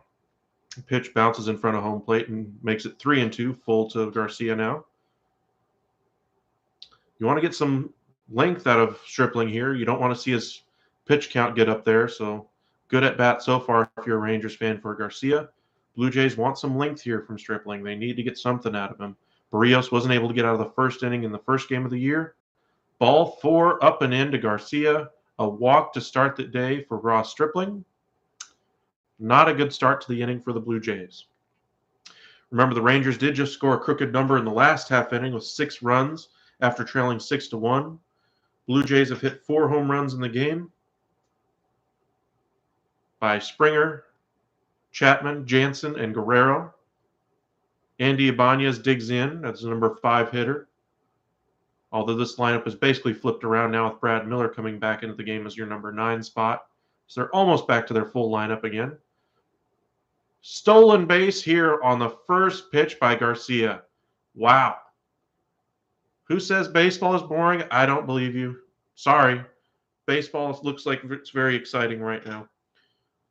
Got a lot of movement, balls in play, pitches coming in faster with that pitch comm communication, and they're still talking about improving it with a pitch clock as well. This is a great game to watch. Rangers fan, Blue Jays fan, if you're just a fan of good play. Espinal not able to get the tag down in time. Ball 1-1 the count to Ibanez, the number 5 hitter in the lineup. Bombi able to reach base with the walk, hit the home run to tie the game in the first game of the season. Still looking for his second hit of the season. Ibanez hits it to right. It's carrying well to the track. And Garcia is going to move on to third base after he tags up. Runner on third with 1 out now for the Rangers. Solac is 2 for 2 in the game. Hit that home run in the second inning to kind of get the Rangers started today. And his second at bat hit a smash to shortstop in Bo Bichette, who wasn't able to field the ball. Could have gone as a hit or an error, but it was hit right at him with a very odd hop right over the top of him. Bo Bichette not able to get a glove on it or knock it down. Nathaniel Lowe has stepped into the on-deck circle.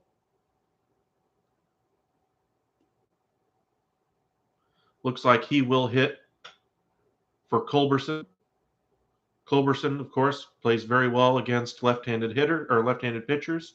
Nathaniel Lowe hits very well against right-handed pitchers. With Ryu out, the lefty, Stripling in the righty, the move will be made. Ooh.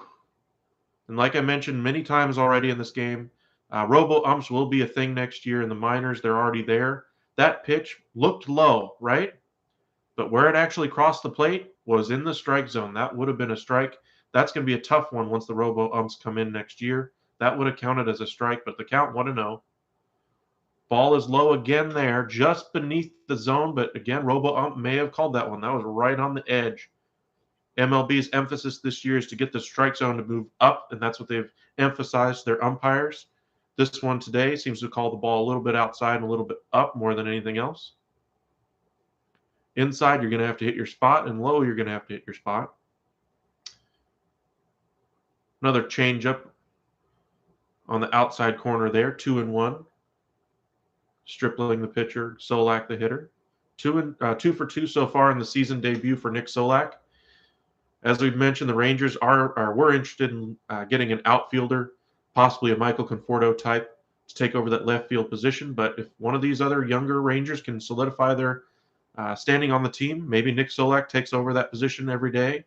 If he can continue this this hitting, if he can do this against right-handed pitchers as well as left-handed pitchers, Solac could be your everyday left fielder going forward. But right now he's got a 3-1 count, looking to do some damage against Stripling. Ball 4, and runners are on the corners with Nathaniel Lowe, the pinch hitter, coming up. Nathaniel Lowe has played very well in the first 2 games of the year for the Rangers. If you're a Rangers fan, rally time is upon you again. 7-6 after 6 runs scored in the last half inning. Nathaniel Lowe comes in and tries to put another crooked number on the board this half inning. First and third with 1 out. Stripling on the mound has struggled with his command, walking 2 batters in the inning so far.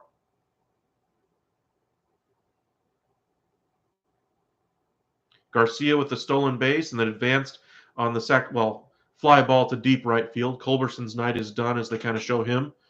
He was the one who tied it up for the Rangers in the last half inning with a seeing eye single up the middle.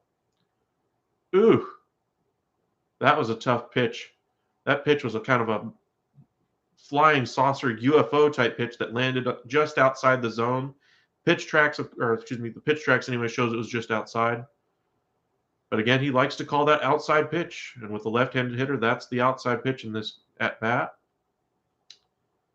Got to be ready for it if you're a hitter. Solac back safely into first. Guerrero has a little bit of a laugh. Or not Guerrero, Guerrero Jr. Culberson now goes and stands by Woodward and tries to get in on, learn a little bit more as a manager. Another hit for the Rangers. Nathaniel Lowe comes through. Solac moves on to third base. First and third again. 8-6 now for the Rangers. Heim coming up to the bat.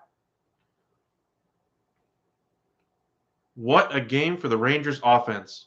After starting the game down 6-1, the last 2 innings, they've come on like gangbusters. 7 runs in the last inning and a third. Nathaniel Lowe comes through with a base hit to right field, continues his hot hitting to start the season, and just went right through the hole between first and second. Nothing you could really do about it, especially with Guerrero holding the runner at first. Now Nathaniel Lowe is the runner at first. Guerrero, of course, is holding him on there. Jonah Heim up to bat. He is a switch hitter. 1 for 1 on the day with a walk. A ball in the dirt lands before home plate anyway. Almost on the grass, that one missed so badly. Ross Stripling has not found his command early on in this inning. 2 walks already. A base hit by Lowe. 8-6 now. Rangers have the advantage. Jonah Heim digs back in. Rangers, remember, traded away Jorge Trevino, the defensive catcher, to the Yankees for a couple of prospects. Albert Abreu in the bullpen, who is actually on the roster right now as well. Another ball in the dirt for Ross Stripling. He has not had a very good outing at all. 2-0 now. If you're a Blue Jays fan, you need to get somebody up in that bullpen. Great start to his season for Jonah Heim. Remember, he's not a guy you're expecting to hit for average, but right now, all you're expecting is some run production, drive in some runs, and he's done that today. Great job by the backup catcher. Remember, they're going to use him to protect Mitch Garver and his health. Mitch Garver has struggled with health the last couple of years. Jonah Heim fouls off the ball up and in. 90-mile-an-hour fastball by Stripling. Finally hits his spot there. 2-1 now, the count to Jonah Heim. Donnie Eckert is the hitting coach now for the Rangers anyway. He takes over on the bench for the Rangers this year. Franchise record by the Giants last year in home runs. 241 home runs in the National League. That's why the Rangers brought him in. Needed to have some better production, more competitive at bats. Ooh, you got to have that one if you're Ross Stripling. Right on the lower outside corner. If this was robo-umps again, would have been a called strike, but this umpire is not calling that low strike. That was right there. 3-1 now the count to Jonah Heim. Rangers hitters are laying off those low pitches so far in this game. Ball 4, a third walk in the inning by Stripling, and I don't know what the Blue Jays are going to do. They've not had good production out of their starters to start the season. Barrios got pulled in the first inning of the first game of the season. Ryu gets pulled due to injury in the last half inning, and now 3 walks in the inning. Bases are full. 1 run is already in. Miller came in as the pinch hitter last inning. Pitching coach comes out and kind of wants to talk things over. Hey, Stripling, we need you to give us some innings. Can you at least keep the ball in play and throw a strike, even if it gets hit at this point? That's probably going to be the speech right here. Because this lineup, the opening day lineup, of course, had Miller as the 1, Semien 2, Seager 3. And right now, after pinch hitting in the last half inning, Miller is now your number 9 hole hitter. But he, of course, tied up the game for the Rangers.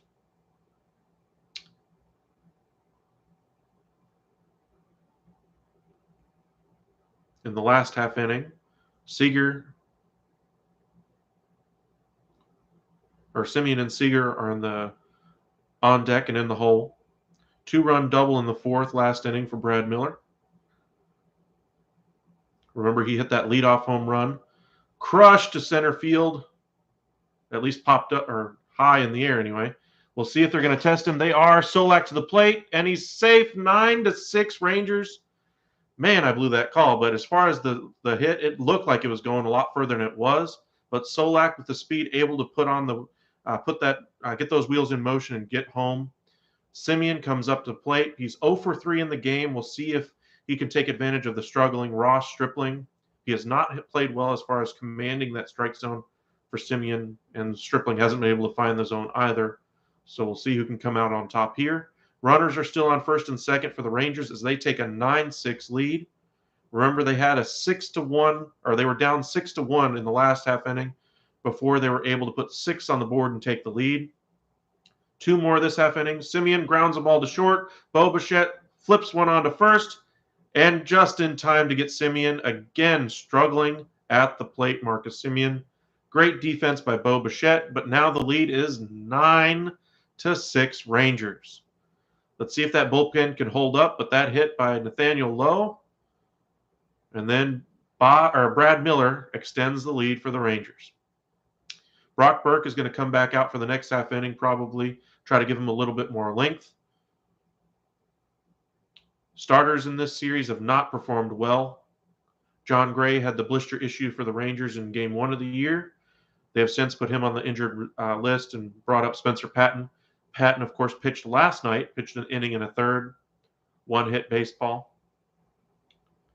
Patton, of course, played very well last year in the bullpen for the Rangers. One arm the Rangers have not used so far is Joe Barlow, so maybe we can expect some innings out of him today. The Rangers' A bullpen has not been used so far this season.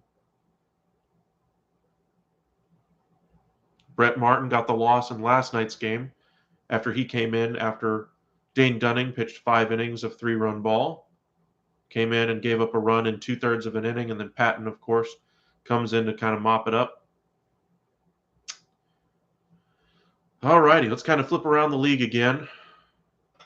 Royals have finally gotten on the board. They're now down 10-2. Twins have extended their lead 7-4 now. Oakland is still on top 2-0.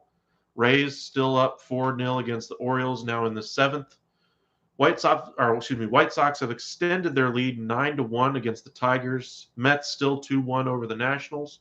Braves have put a couple on the board now, getting competitive in the bottom of the 5th with the Cincinnati Reds. 2 outs, though, in the inning.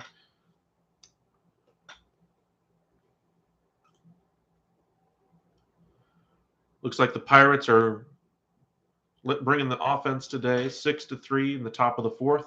Runner on third, 2 outs.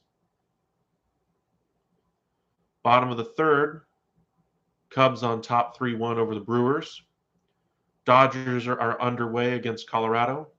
Dodgers unable to score in the top half of the 1st. Colorado with a man on and 2 out in the bottom half. Still to come tonight, of course, is that Yankees and Red Sox game. Yankees and Red Sox are always competitive and one of the most watched games in baseball. That's why they're the only game of the night tonight. Baseball knowing where their bread is buttered. Brock Burke is out and throws a strike to Bo Bichette to get things started here in the bottom of the 5th. 18 pitches in the game so far. Maybe they get another inning, maybe 2 out of Brock Burke here.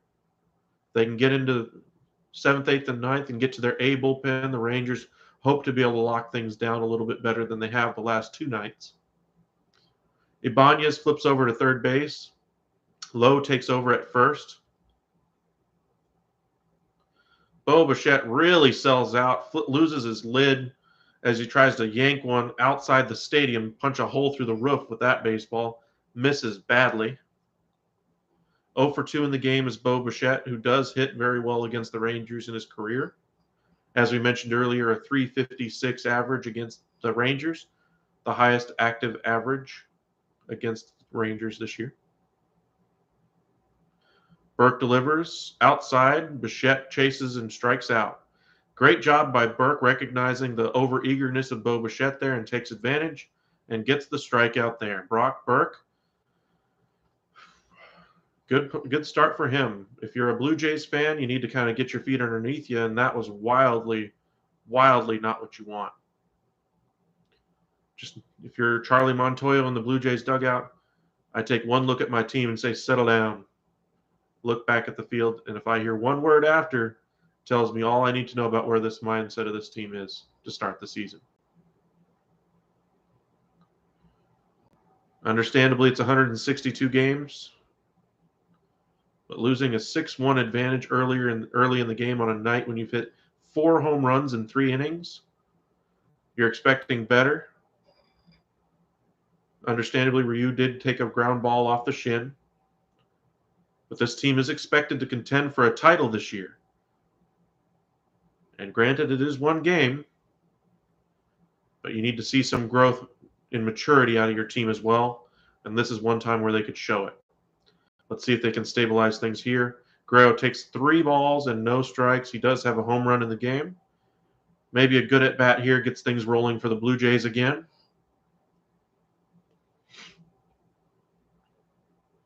Ball 4. Looks like Burke didn't want any piece of Vladimir Guerrero Jr. on that one.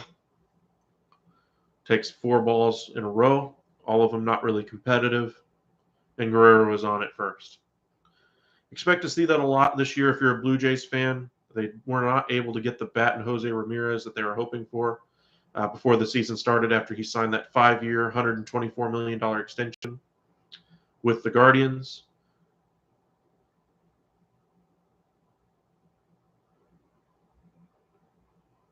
Looks like the Rangers are just going to dot their I's and cross their T's here, make sure Burke's okay. Remember, this is his first real competitive outing in the last 2 years after injuries and poor performance in the minors have kind of derailed things. He had multiple injuries the last couple of years that sidelined him. Tommy John, Doug Mathis was out to check on him there. Let us know what you think of the Rangers' performance in this game, coming back from a 6-1 deficit. Spencer Howard got knocked around in the first 3 innings, unable to locate the ball. In the third inning, he finally was able to hit his spots, but he was still getting barreled up by everybody who made contact. Teoscar Hernandez is in the box and takes strike one from Brock Burke. Maybe that talk kind of settled him down a little bit.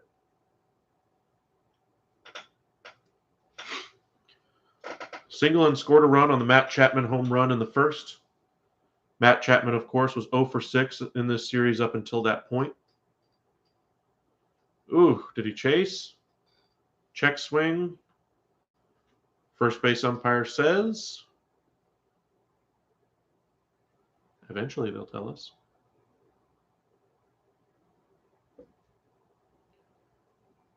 He went around.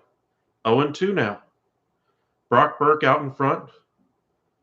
Blue Jays hitters are being a little bit aggressive this half inning. Right on the outside corner, strike three. Teoscar Hernandez says that was that far outside. Umpire takes a couple steps towards him, says that was a ball. Oh! And honestly, Teoscar Hernandez has an argument to be made. Granted, that curveball just did not get back over the plate, but the catcher sold it well. Pitch track shows it was a little bit outside. But robo-umps will be here next year, Teoscar Hernandez. But this year, that outside strike is being called by this umpire. Hernandez not happy about it as he's steamed walking down the dugout. Still arguing about it. As Guerrero takes over in the box. 2 outs now. Ball outside by Burke. Misses by a good 4 or 5 inches.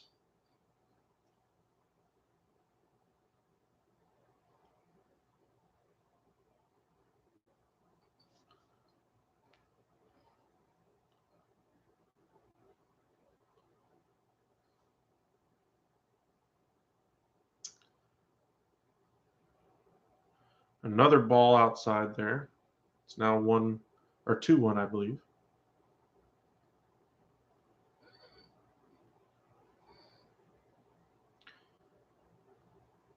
$15 runs in the game already.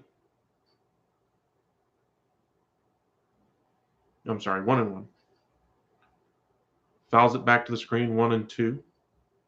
Guerrero.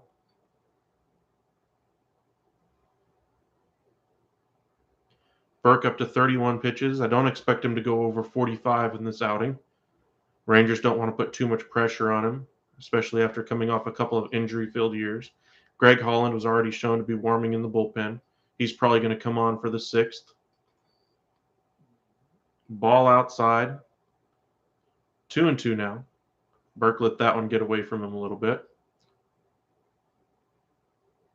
Charlie Montoyo, the Blue Jays manager, looking on, hoping his team can kind of turn around his fortunes after giving up a 6-1 advantage.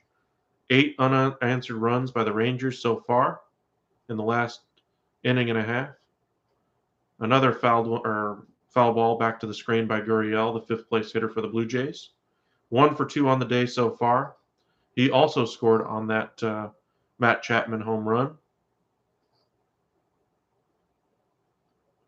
Pitch calm again this year is speeding things up, but the batter needs to be in the batter's box in order for the pitch to be thrown. Heim pushes the pitch calm button there.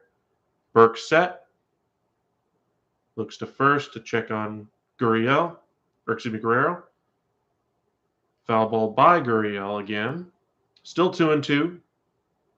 15 runs in already as we were in the bottom of the 5th inning. That's a lot of run scoring this game. Remember, Ryu was hurt in that 4th inning rally by the Rangers. Took a ground ball off his shin. Merriweather came in and gave up the lead and then let in the go-ahead run. Looks like we're set. Burke winds and the delivery. Oh, right at the bottom of the zone, and that one hasn't been called before in the game. That one rings up Gurriel Jr. The Blue Jays have a right to be upset with that one. That one was in the strike zone, though, but got the job done. Brock Burke strikes out the side, gives up a walk to Vladimir Guerrero Jr., but strikes out the side. Brock Burke is back, ladies and gentlemen. A great return to the majors by Brock Burke after having, again, a couple of injury-filled years. Tommy John and all that. His spring training performance translates to the majors this year. Great day for Brock Burke. He probably comes out after this half inning and takes a warm round of applause by his team. High fives all around for them. For the Blue Jays, they haven't been able to get their composure the last 2 innings. They took a right by the Rangers in the chin after the Rangers scored 6 runs in the top of the 4th inning, came back and scored 2 more in the top of the 5th, and they look rocked right now. They need somebody to come in out of that bullpen and lock things down in this next half inning. Ross Stripling did not have it the last half inning, gave up 3 walks and a couple of runs did score on him. So we'll see if the Blue Jays can kind of calm down and get their head on right again. But this is early on in the season, but this is a team that's expected to contend for a World Series. They need to show some maturity that they can overcome these situations. The Rangers are not expected to be very competitive all year. The offense is the one thing that the Rangers do have so far earlier in the season, and the Blue Jays are experiencing that. Barrios gets pulled in the 1st inning of his first start of the season. Gosman gave up a few runs yesterday, and then today, Ryu gets pulled in the 4th due to injury. Blue Jays starting rotation a little bit shaky to start the season. All righty. Now, as I mentioned earlier, we do cover more than just baseball here. We cover the NBA, NFL, and hockey. Hockey season is winding down. Playoffs are right around the corner in baseball. Mavericks and Warriors are duking out for that 3rd spot in the West right now. Last night, the Warriors got the win over the San Antonio Spurs without Klay Thompson and Steph Curry. Got a 100-94 win over the play-in San Antonio Spurs without their top 2 stars. Jordan Poole had a great game for them. The Mavericks need a win tonight and a Warriors loss to lock up that 3 seed. If they don't, they probably face the Phoenix Suns in the 2nd round if they get past either the Utah Jazz or the Denver Nuggets, depending on who gets that 5th, 6th spot. Looks like we're back from commercial break. Rangers are at the plate again. Seager, I believe, is going to lead things off here. Swings and fouls one back. Looks like they went with David Phelps coming out of the bullpen now, another long reliever type, after they were not able to get much success out of Ross Stripling. We're now in the top of the 6th inning, 9-6 Rangers advantage. Phelps winds and delivers. Great pitch, a lot of movement on that one, low and in, high enough to get the strike call. But like I mentioned in the last half inning, the Blue Jays did not have things go their way, both from the umpire striking out Hernandez and then the strikeout of Guerrero to end the inning. Low and in to Seager, almost skips off his foot. 1-2 now the count to Seager. The Rangers' #1 acquisition this offseason signed a 10-year, $325 million contract. Came over from the Los Angeles Dodgers. The connection that he had with Chris Young apparently was very significant. And, of course, we already know about the connection with Chris Woodward. Corey Seager takes one at the top of the zone and pops it straight up in the air. Oh, Danny Jansen falls backward and still makes the catch. What a play by Jansen. Able to hold on. Good baseball play there. Should not have been a hit, but that was still a nice play by Jansen, a catcher. Literally popped up right over home plate. Ends up right between home plate and the pitching mound. Guerrero Jr. was there just in case. Welcome into the live stream. See, we got a couple more people watching now. Appreciate every single one of you for joining us on Sunday Baseball. Today we're covering the Rangers and Blue Jays game. A lot of good baseball out there, though. Saw the Guardians take a 10-2 lead now against the Kansas City Royals. Gary Sanchez gets his first hit for the Minnesota Twins, a grand slam against the Seattle Mariners. That game is now 8-4, Twins over them. Pirates are now 7-3 over the Cardinals. Cubs still with a 3-1 advantage over the Brewers. Colorado now has a 3-0 lead over the Dodgers. Mets 2-1 over the Nats. White Sox 9-1 over the Detroit Tigers. Tampa Bay Rays have put on a couple more runs, lead at 6-0 over Baltimore. Oakland 2-0 in the bottom of the 8th against Philadelphia. Atlanta's rally looks like it died out. It's now 6-3 Reds over the Braves. It's now 12-2 Cleveland over the Royals.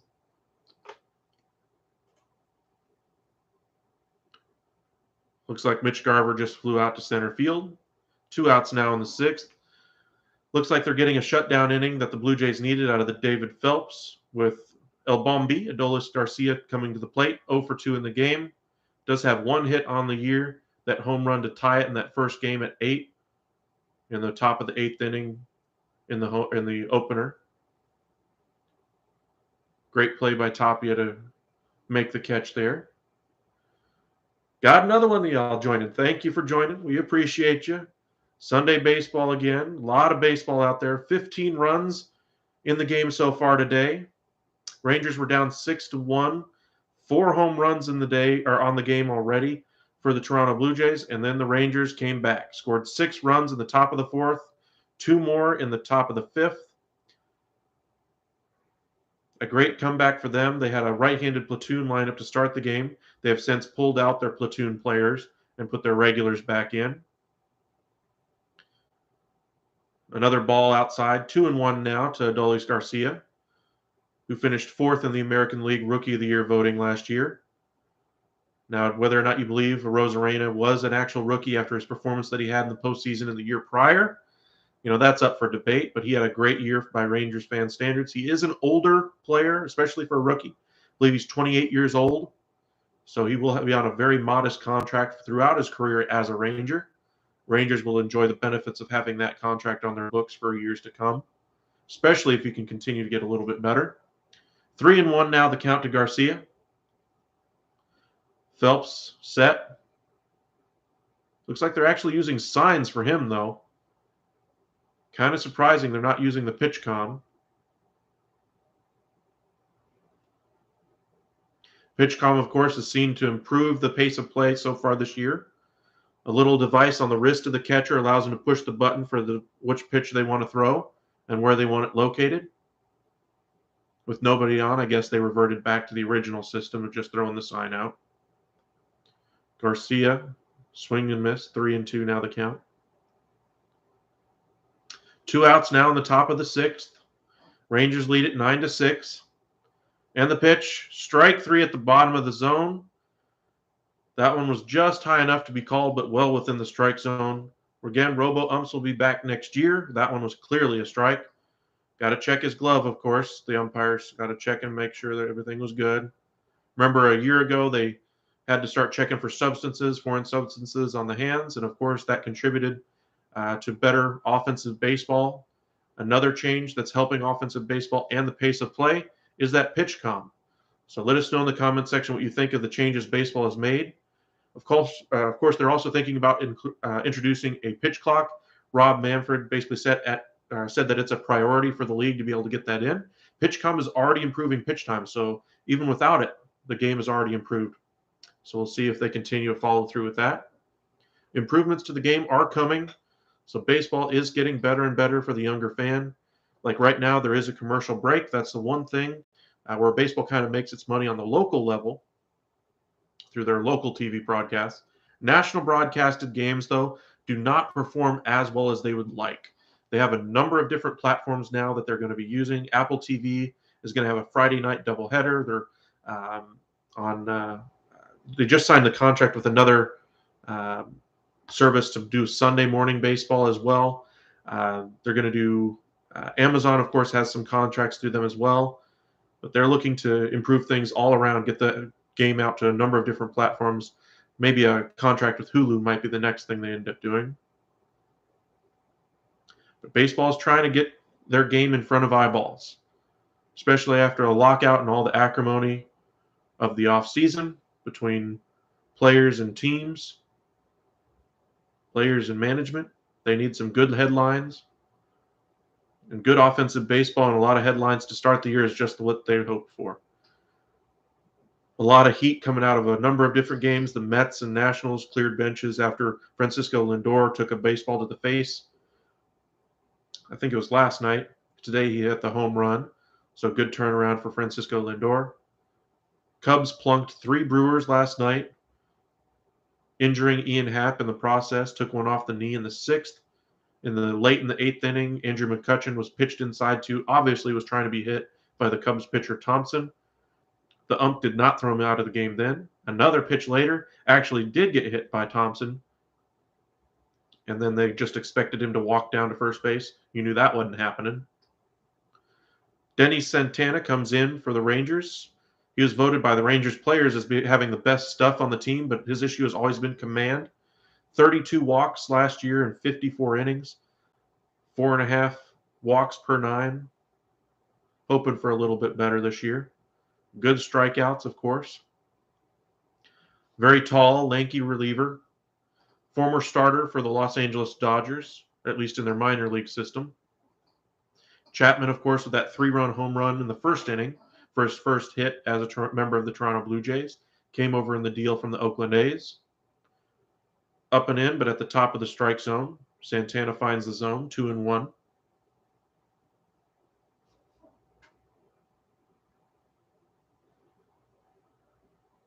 Matt Chapman looking to get his offense going after struggling last year with the A's, struggling a little bit in the field to begin the season. Clubs one down the third base line, but foul. Mets still on top of the Nationals, 2-1 as they go to the bottom of the 8th. Twins 8-4 over the Mariners. Good result there for if you're a Rangers fan. 12-2. The big news out of the Cleveland Guardians. A couple of grand slams today. We saw Mercado hit one for the Guardians. We saw one by the Twins by Gary Sanchez. Ball 3-2 now as Santana can't find the zone. Again, struggling with command. Early on in the season, you kind of expect that, especially with the shortened spring training. But that's the one area he needs to improve on as the season continues. They did not bring in Greg Holland, who was warming in the pen last inning. Maybe he burned his bullets in the bullpen already. Chapman, broken bat, fly ball into left, dumps in before Nick Solac can get there, and he's on to start things for the Blue Jays in the bottom of the 6th. Good at bat by Chapman, works the count and gets the base hit. Looks like Santana missed his spot. Looks like he was trying to go low and away, finishes middle in.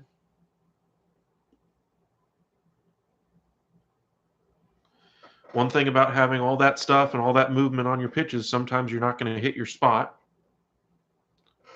Tapia comes up, the 7th place hitter. Blue Jays have not brought on their replacements. Kirk was in the lineup in the opener, the other catcher that they're carrying along with Collins. Of course, this is Tapia, their center fielder.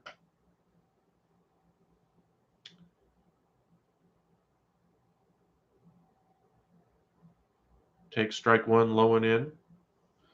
A good performance by Brock Burke, settled down the Rangers pitching side anyway, after Spencer Howard came in, or was the starter today. Gave up 6 runs with 4 home runs, and everything was being barreled up. Struggled with command the first 2 innings. The 3rd inning was actually starting to hit his spots, but was still getting barreled up pretty good. Chopper up the middle, double play ball for the Rangers, 1 and 2. Wipes the bases clean for Santana. Espinal, 0 for 2 in the game, is up as the Rangers look to escape the inning after getting that double play ball.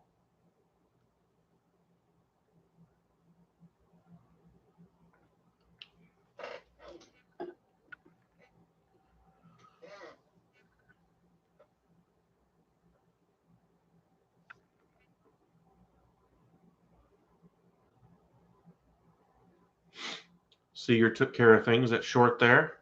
There was some question about whether or not he or Simeon would take over that shortstop position. Rangers brass came out pretty quickly and said Seager was going to be the shortstop, Simeon at second.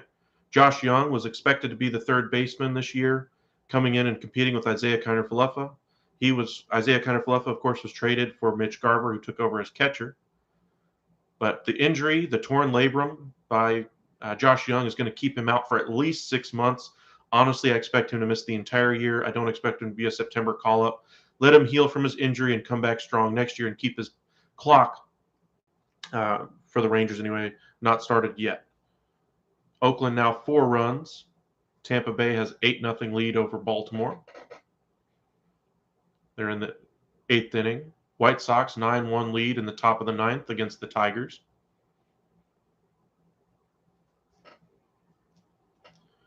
Atlanta still looking to try to come back against the Reds. I think they're 1-1 on the year, World Series champs. Missed a lot of pieces coming back from that World Series team. Freddie Freeman, the most notable of which, going to the Los Angeles Dodgers, who they beat in the NL Championship Series. Jorge Soler, the World Series MVP, leaves them and goes to division rival Miami Marlins. 3 years, $36 million. You can check out us here at the Upside if you want to check out those videos and see the impact of those things. Kind of an excuse me swing by Espinal. Ground ball to Ibanez on to low, and the Rangers are out of it. The bullpen looks like they're settling down for the Rangers, and we're on to the 7th. The Rangers lead 9-6. Let's kind of flip through the majors one more time, just kind of check in on everything. Guardians are still up 12-2, changing their name, of course, from the Cleveland Indians to the Cleveland Guardians. Tampa Bay leading as they should against the Baltimore Orioles 8-0. Surprising result of the day so far is Philadelphia losing at home to Oakland 4-0. That game is in the top of the 9th.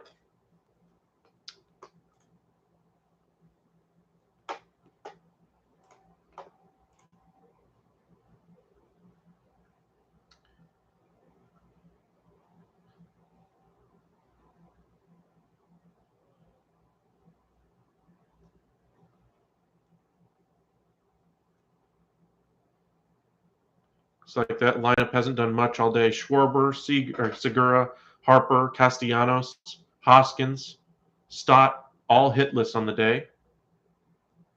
Multiple strikeouts by a number of those people. Only 2 hits in the entire game by the Phillies today.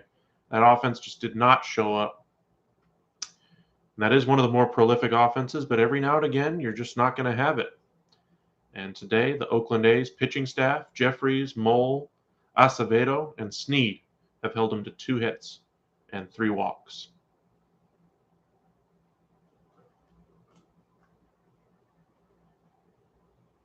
Doesn't look like they've had any extra base hits either in the game. And they've hit into a double play. They have just not done well. Let's kind of flip it back over to the Rangers game, just kind of check in there as they show highlights of the first ever game for the Texas Rangers.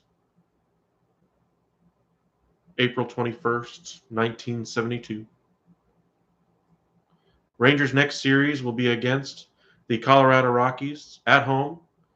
2-game series against the Rockies. Of course, there was some talk the Rangers would go after shortstop Trevor Story this offseason. But, of course, chose to go with Simeon first, and then were able to convince Seager to follow. John Gray as well, Cole Calhoun. Made a number of different trades as well to kind of amplify this roster. They brought in Martin Perez and Garrett Richards to kind of give them some length out of the bullpen and the back end of their rotation. Andy Ibanez today up to bat, 0-1 as he fouls one off in the top of the 7th. RBI double and scored a run in the 4th inning. That 6-run Ranger 4th inning. Phelps out for his 2nd inning of work. As we mentioned earlier, the pitching staff for the Tampa Bay Rays has not performed well. Barrios was not able to get out of the 1st inning of his start. Gosman had his struggles in Game 2. Ryu was not able to get out of the 4th after he took a ground ball off his shin and had to leave due to injury. Ibanez 0-2, now strikes out. 1-2-3 strikeout there for Phelps. Great play for the Blue Jays. They got the low strike call there. It seems like both teams have kind of settled things down on the pitching side now, as Phelps is out for his 2nd inning of work. 16 pitches so far. Solac up to the plate again in his Rangers debut, or debut for the season anyway. 2 for 2 on the day. If he can get another hit here off a righty, maybe he plays a little bit more. Ball low and in. Good eye by Solac. Remember, he was sent down last year after much was expected out of him from an offensive side early on in the season. Just did not have the strike zone command. Today, he's got the solo home run in the 2nd, has gotten a single and gotten a walk. He scored 3 runs in the game. Quite possibly the Rangers' MVP of the game, just because he was able to get things going for the Rangers, score that 1st run in that 2nd inning, and then really able to get things going in that 6-run 4th inning. 2-0 now. Make it 3-0. Solac being patient. That pitch was not competitive, though. All the way in up against the ribs of Solac. Welcome to our chat anyway. Just doing a live stream of our Sunday baseball anyway. A lot of sports on Sunday. The Masters wrapping up anyway. But of course, that hasn't been competitive the last couple of days. As Schwartzel has taken, I think, Scheffler, I think is the name, excuse me, that's taken over at the Masters. Solac gets on for the fourth time today, his second walk of the day. Looks like we're going to have a pitching change possibly here. Yep, Montoyo's out of the dugout. Got a little bit of length, was hoping to get another, but Phelps looks like he's tired. Issues the walk here to Solac. And they're going to go to the pen.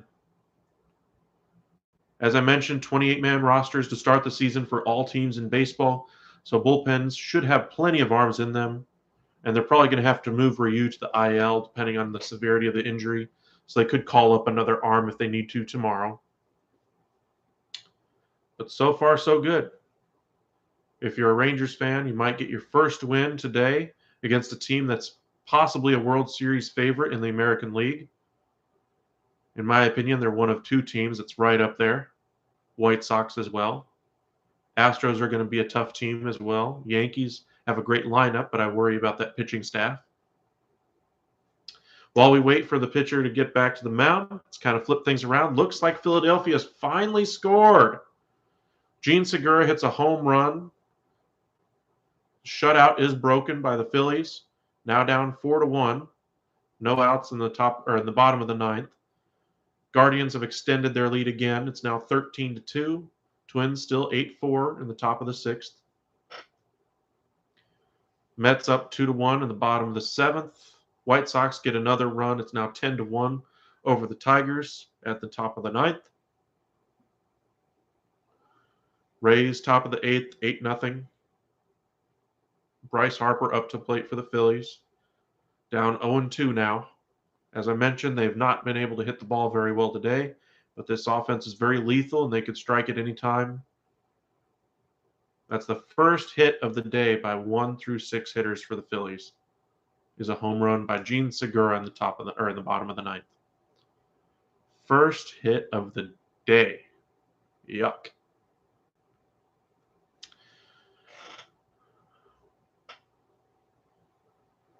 Bryce Harper 0 for 3 in the game. Still hasn't hit a home run yet this season.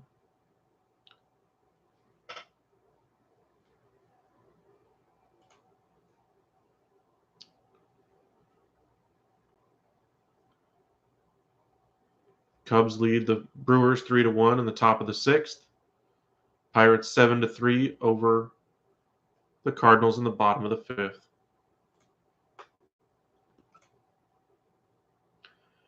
Looks like the reliever's back in there. Salcedo, who came in for Barrios in the first game of the season anyway, gave him some good innings for them.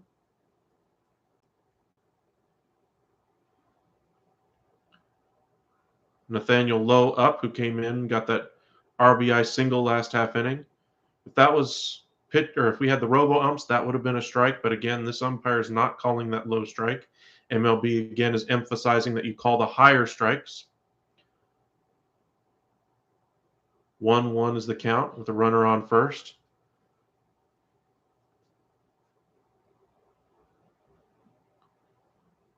Wow. That one they do say he went around on. It's now 1-2. That was surprising. Home plate umpire called that one. Third base umpire nods in agreement.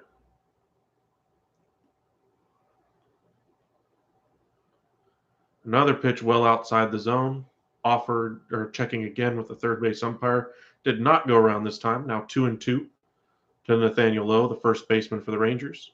Crushes right-handed pitching, but the Rangers need to see if he can hit left-handed pitching. They decided to give him a little bit of time off to start the game, but of course, once the starter was out, the left-handed starter, no need for him to sit there anymore. We brought him in and promptly provided some run support. Rangers bullpen has settled down after Spencer Howard gave up 6 runs in 3 innings to start the game. 4 home runs again. We mentioned George Springer, Matt Chapman with a 3-run homer in the first, Danny Jansen in the second inning, Guerrero in the third. Vladimir Guerrero for my money, is probably the best offensive first baseman in the game. And you saw that respect the last half inning when Brock Burke walked him on 4 pitches with nobody on.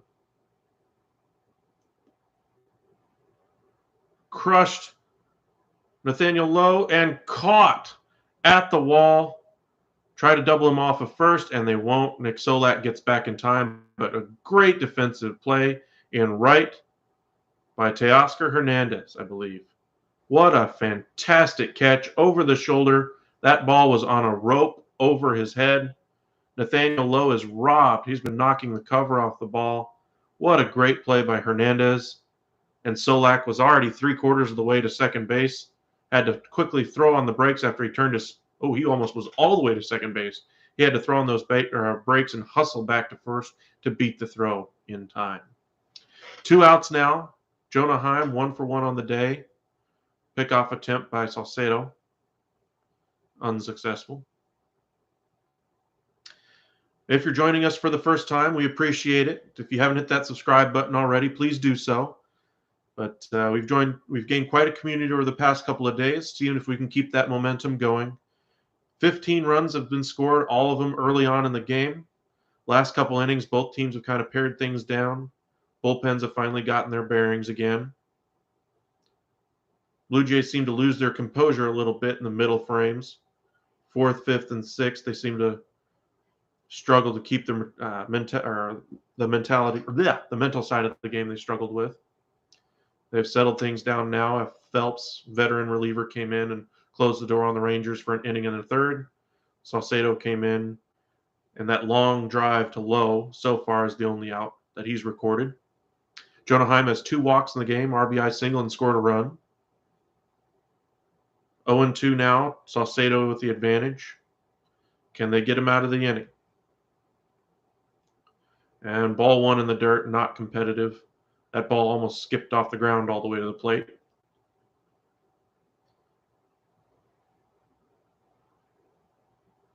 As I mentioned previously, PitchCom has certainly improved the pace of this game.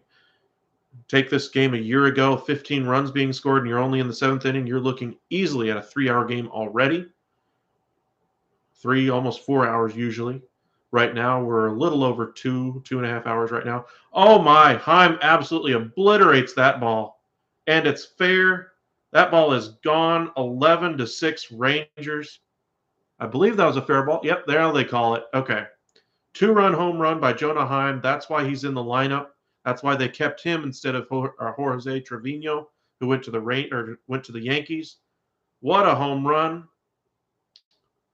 100 miles an hour off the bat. Launch angle of 34 degrees. Not what you're hoping for if you're trying to hit the ball out, but dang, he got a hold of that one. Just absolutely obliterated that ball. That ball was either a home run or foul. There was no, well, maybe it'll catch it at the wall. Nope, that was gone. 384 feet, I believe is what they're calling, down the left field line. Jonah Heim extends the lead now for the Rangers, 11-6. Gives their bullpen a little bit more of an advantage, a little bit more breathing room. No need to keep the game close if you can spread it out a little bit. Blue Jays, again, having some difficulties with their pitching staff. Salcedo evens the count 1-1 to Brad Miller. He's had a 2-run double as he came on as a pinch hitter and had a sac fly in the 5th. It was his 3rd at-bat of the day. He was a leadoff hitter the first 2 games of the series. Would have been a low strike there, but Miller fouls it off, third base side. Let us know in the comments section what you think of the Rangers now having 11 runs through 6 innings plus. Blue Jays, of course, had all their runs in the first 3 innings off Spencer Howard, all by the long ball. Spencer Howard struggled mightily with the long ball last year, had a little bit better spring training. Maybe he had the shakes as he started out the season, but he did not have his command to start the game. Every single Blue Jays hitter was barreling it up. Miller hits a long drive as well. This one to deep right center field, and it's gone. 12-6 Rangers. Brad Miller comes on, has a 2-run double, a sacrifice fly, and now another home run. The new Rangers are definitely crushing the ball this year. Great performance. Brad Miller again, 426 feet, 105 miles an hour off the bat. That ball was hit even harder than Jonah Himes. That ball was crushed. The outfielders just turned, took a few steps, and looked up. That ball was crushed. Deep center field, right center. Marcus Semien, who's struggled so far with the Rangers, chases a pitch in the dirt. 0 for 4 on the day. 7 years, $175 million contract for Marcus Semien to come over from the Toronto Blue Jays. We'll see if he can kind of turn things around as the season continues. But early on, he struggled in the spring training as well. But for second baseman, I think he hit 45 home runs, the most ever by a second baseman in Major League Baseball history. And that includes a history with Robinson Cano and Jeff Kent and a number of other players. Semien grounds the ball to short again. Bichette on to first and retires Semien and the Rangers. But not before 2 more home runs by the Rangers. They score 3 in the inning. 2-run shot by Heim. Brad Miller follows it up with another home run to deep center field. And the Rangers lead 12-6 over the Blue Jays on our Sunday afternoon baseball. Wow. Offense is not lacking in this series. 10-8 in the opener, 4-3 in the second game, 12-6, and we're still going in the 7th inning right now. All righty, let's see if the Phillies were able to get anything done. Nope, they were not. Phillies lose 4-1. Oakland takes it. Their offense just was not able to get anything going in that game. Looks like the Guardians still have their 13-2 advantage. Twins 8-4 over the Mariners. Pirates 7, Cardinals 3. Brewers have come back against the Cubs. It's now 4-3 Brew Crew over the Cubs. You'll remember that Ian Happ was injured in yesterday's game after 3 different Cubs anyway, were hit by the pitch. And then in the 8th inning, Thompson threw 2 pitches at Andrew McCutchen, hitting him with 1. Looks like the Brewers might come out on top. Stroman was the starter in his first start for the Cubs today. Looks like he is no longer in the game.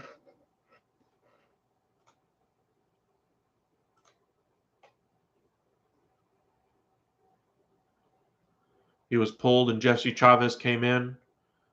Jesse Chavez, of course, the former Ranger and the former Cub, former Twin, former Athletic, pitched 2/3 of an inning.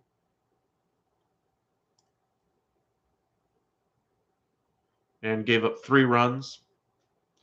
Did not pitch well and was pulled for Daniel Norris. You might remember Daniel Norris as being the big piece in that David Price deal a few years back as he went from the Toronto Blue Jays to the Detroit Tigers. He was the return Detroit got for David Price as the Blue Jays tried to push towards the postseason. Both Stroman and Price were on that pitching staff on that team. Stroman, of course, did not pitch in the entire year of 2020 with the pandemic. Pitched very well for the Mets last year and landed a 3-year, $71 million deal with the Cubs this offseason. Just want to check in on Suzuki anyway. Looks like he has played well today as well. He's 1 for 1. He actually hit that home run and got 3-run home run in the game. Wow. In the first inning off of Peralta. So the MVP of the Japanese League, Suzuki, finding some success early on with the Cubs. He's hitting .500 on the year. He also has a walk on the day.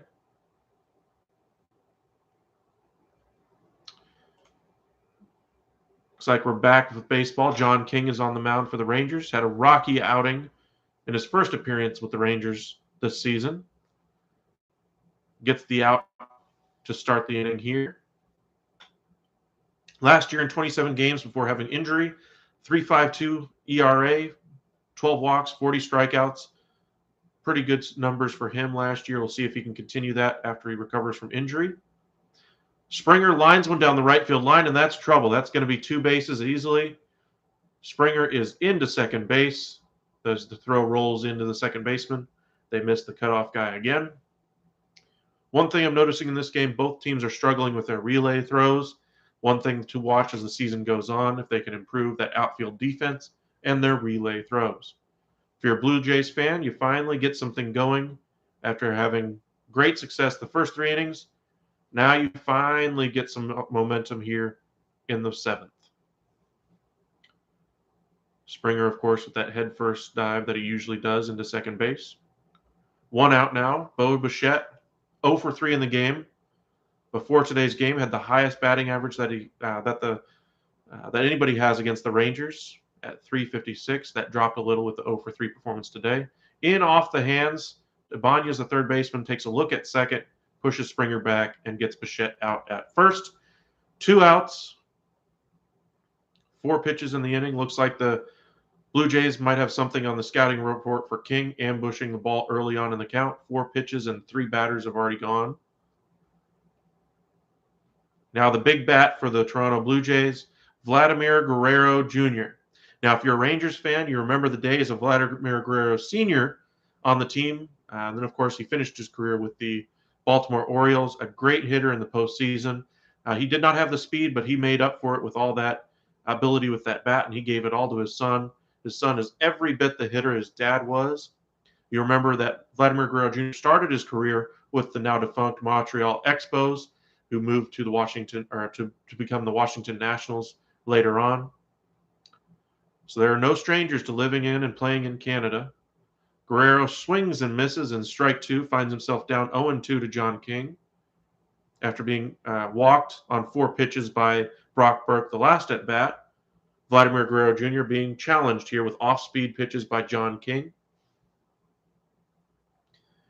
He is set 0-2. The delivery crushed, but hooking foul just down the third base line by Guerrero. Way out in front of that off-speed pitch again. Looks like they're not going to challenge him with a fastball. He does feast on those. King did not have a good outing yesterday for the Rangers. Looking to rebound against the Blue Jays here. Guerrero knew it was foul all the way. And we're set. And the pitch. Outside, but Guerrero chases it. Strike 3 called. Well, swing and miss anyway. And the inning is over. Rangers get out of it. Bullpen shuts things down again. If you're a Rangers fan, good sign. The bullpen's able to hold strong again. If you're a Blue Jays fan, you're running out of innings and you're down by 6. After having 6 runs in the first 3 innings, 6-1 advantage. The Rangers, of course, were winning 7-0 in the opener, and the Blue Jays came back against them. Looks like they're returning the favor to the Blue Jays today. All right, let's kind of flip back through the league anyway. Twins have tacked on another run. It's now 9-4 against the Mariners. And the bottom of the 6th inning.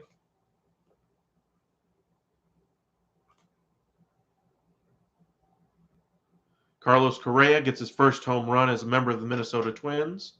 Hit one over the left center field wall.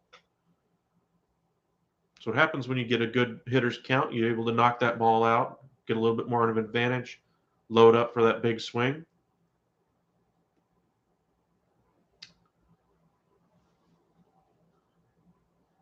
World champion Atlanta Braves trailing the Cincinnati Reds in the 8th inning, 6-3.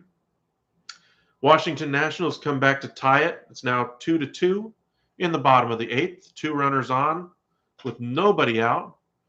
Trevor Williams on out of the bullpen for the Mets. Victor Robles up at the dish. You'll remember in some of my previous videos I mentioned how Juan Soto was a secondary prospect next to Victor Robles as they were coming up in the minors. Soto obviously is a much better player now, power, on-base percentage, all those things. Victor Robles has struggled to find some consistency at the plate. Does not have a hit yet, but this could be the time for it.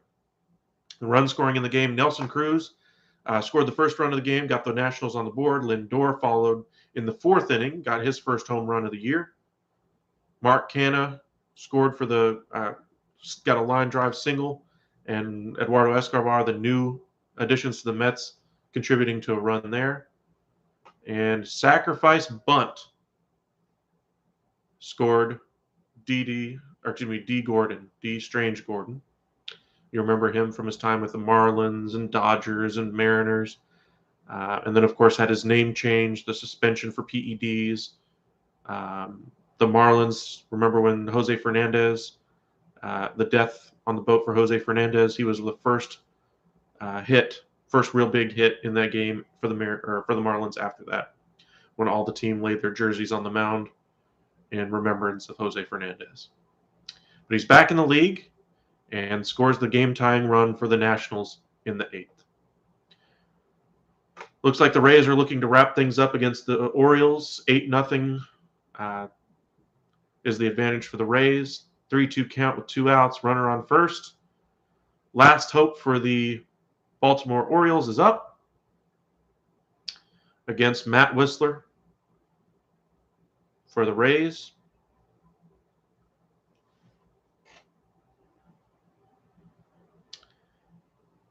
And looks like we're having some delays there. Oh, no, looks like the inning is over. Looks like the Rays take it 8-0 there. Game over there. And as I mentioned previously, the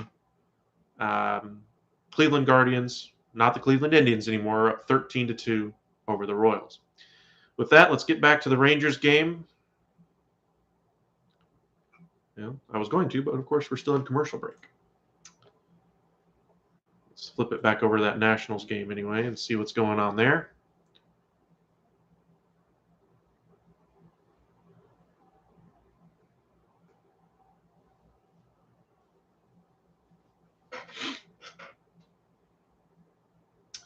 Still 2-2.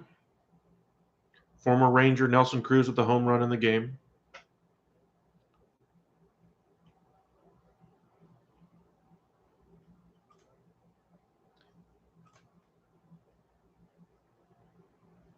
One out, 2 on.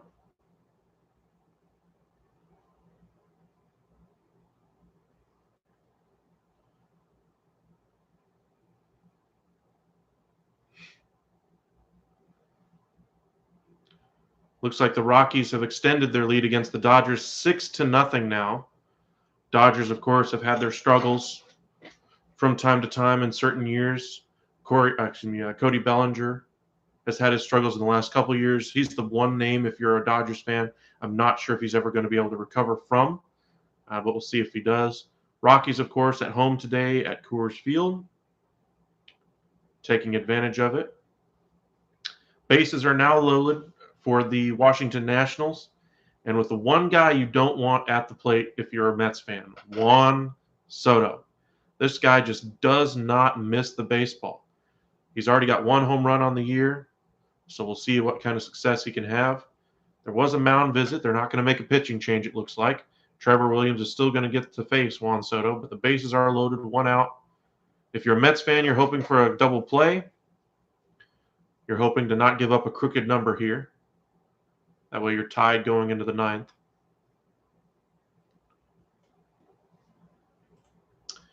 But that mound visit is taking a while.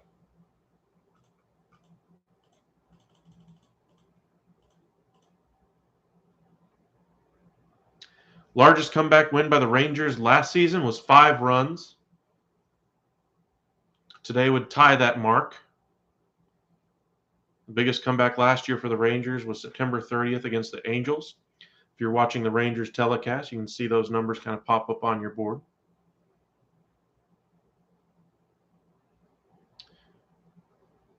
But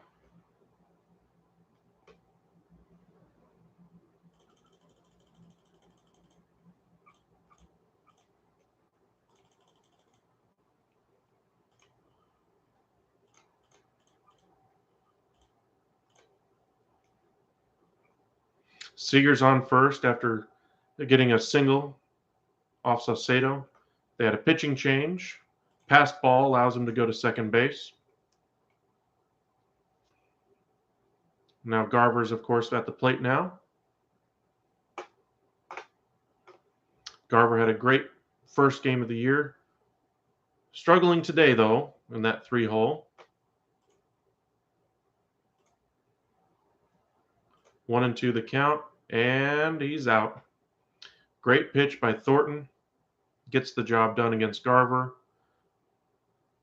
Garver thought that pitch was going a little bit lower to the one area he struggles with, dipped it a little bit too far, swung right underneath it. Thornton with the strikeout there. Still 12-6 Rangers, top of the eighth, one out. Seager on second base.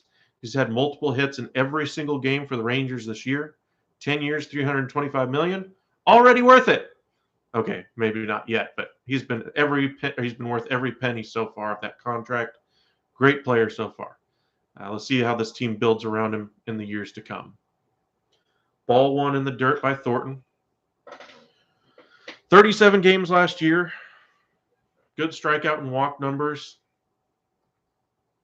Kind of looking just wrap up this game for the Blue Jays. Keep it a 6-run game and allow their offense to try to come back. Obambi with a big swing and a miss. It's the one thing with Garcia's game is that he does have a lot of swing and miss. Struggled down the stretch last year. Had put up monster numbers and carried the team in April, May, June. And by July, August, September, he's just wearing down as the rookie season kind of wore on. He is an older rookie, as I mentioned last year. Pops this pitch up and will not get on base this time. Chapman comes in and closes it down. 2 outs now. Andy Ibanez coming to the plate. Andy Ibanez, of course, is at third base this year after Josh Young injured during spring training, torn labrum. Probably won't see him for the entire year, but he's probably going to be your third baseman starting next season, depending on how successful of a year Andy Ibanez has. But Josh Young is definitely the future of the position at third base. Looks like the White Sox game is wrapped up. They beat the Tigers 10-1, I believe. Washington busted open, gets a 4-2 lead now on the Mets in the bottom half of the 8th inning. Juan Soto coming through for them.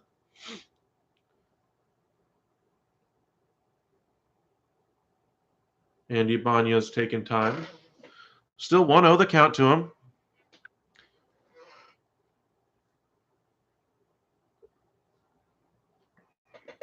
Rangers looking for their first win on the year.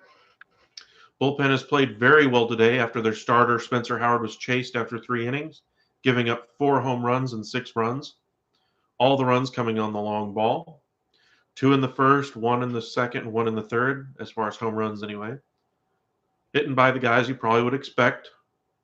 Springer to lead off the game. Chapman, who you may not expect, hit the 3-run homer in that first inning. Jansen, the catcher, and Guerrero Jr. in the third. Ibanez pulls an Adrian Beltre going down to a knee and hitting that ball a mile in the air. But Lourdes Gurriel is there in left field to collect it without having to take a step in any direction. And we're on to the bottom of the 8th.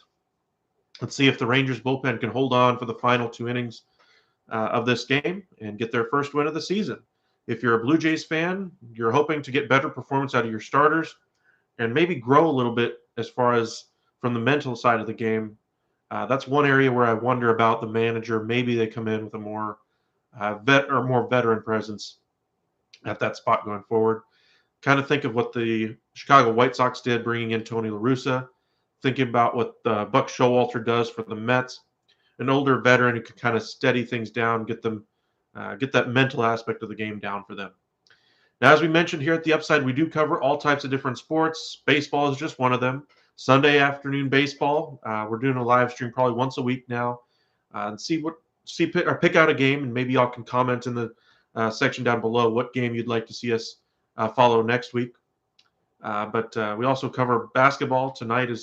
As the season winds down, our eyes are going to be on the Dallas Mavericks and the Golden State Warriors. Warriors lose and Mavericks win means the Warriors are the 4 seed, Mavericks are the 3 seed, and that has a lot riding on it from the Mavericks perspective. Obviously, they struggle with guard play, but they would rather face the Memphis Grizzlies than the Phoenix Suns in the second round. So it's all about advancing in the postseason for this seeding anyway. If you're a Warriors fan, this is more about health.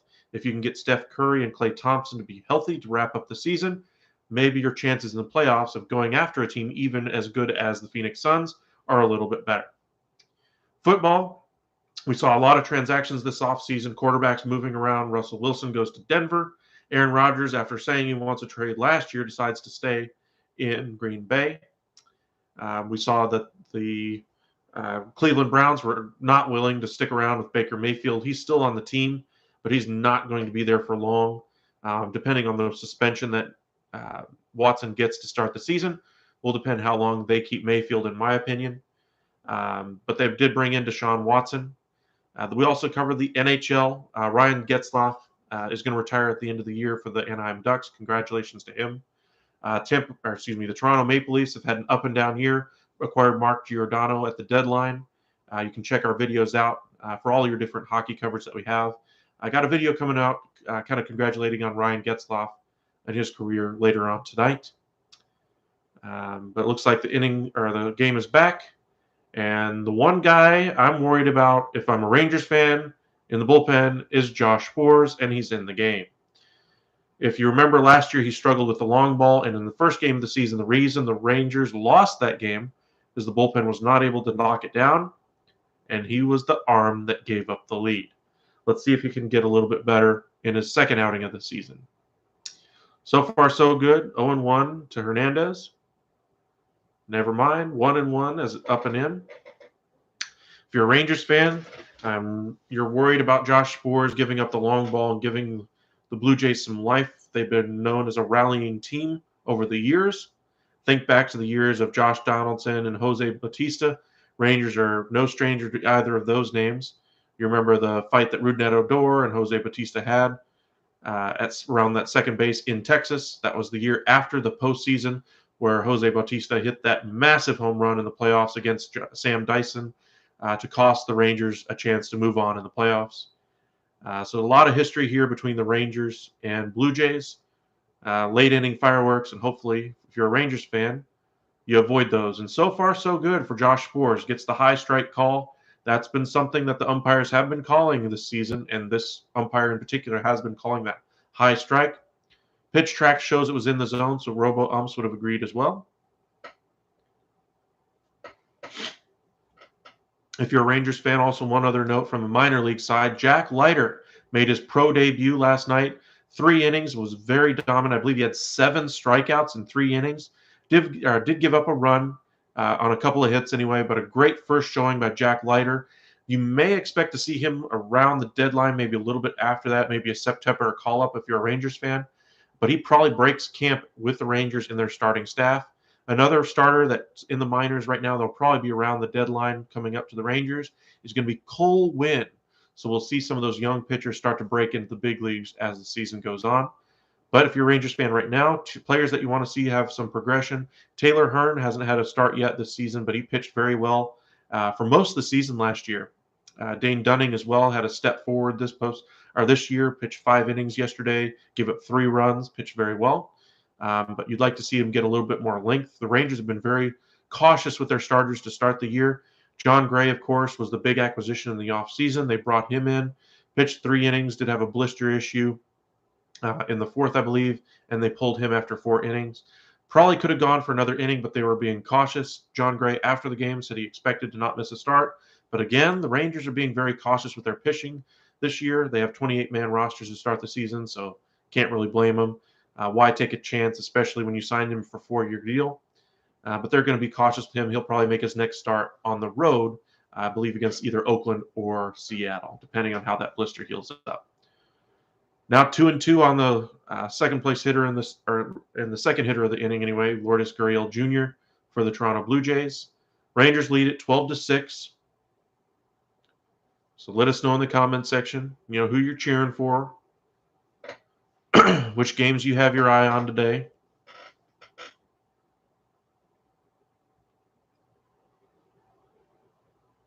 One out here in the bottom of the 8th. Rangers reliever Josh Sborz trying to settle down his year. Pops straight up in the air between first base and the pitching mound. Lowe is under it and makes the catch. 2 outs now in the bottom of the 8th. Matt Chapman coming up. 2 for 3 in the game so far, but the big hit for him was that 3-run home run in the first inning off Rangers starter Spencer Howard. Howard, of course, was rocked earlier in the game, giving up 6 runs on 4 home runs in 3 innings. struggled to command the zone, struggled with walks, was not able to avoid the barrel of the bat when he did come in the zone. Third inning, he did finally regain some of that control. However, the barrels were just not being missed very much, and that's why they pulled him. Brock Burke, highlight of the game, if you're from a pitching perspective, if you're a Rangers fan, after having 2 years lost due to injury, and then last year in the minor leagues having struggles all season long after coming back from injury, as he just tried to work back into game shape. Very nice performance by him in spring training and carried over to start the season today. Got him 2 innings, really settled things down after Spencer Howard really did not play well to start the season for him. And then losing the game 6-1. Rangers had that 6-run fourth inning, gave him the lead when Burke came into the game, allowed him to kind of get set, because remember, he was a starter before this. He's going to be a long reliever all year as they try to protect his arm. But Brock Burke kind of settled things down from a Rangers perspective, set the tone for that Rangers bullpen, and they haven't given up a run since.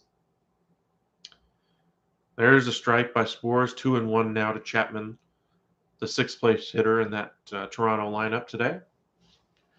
Welcome into the stream. Appreciate those of you who have joined us for the first time. If you haven't hit that subscribe button, please do so. A lot of sports today. The Masters, of course, is going on. That was kind of a runaway to start the day. Otherwise, we may have been covering a little bit of that. I haven't really checked in on it, though, but we'll check on it here shortly. Chapman swings and misses. It's now 2-2.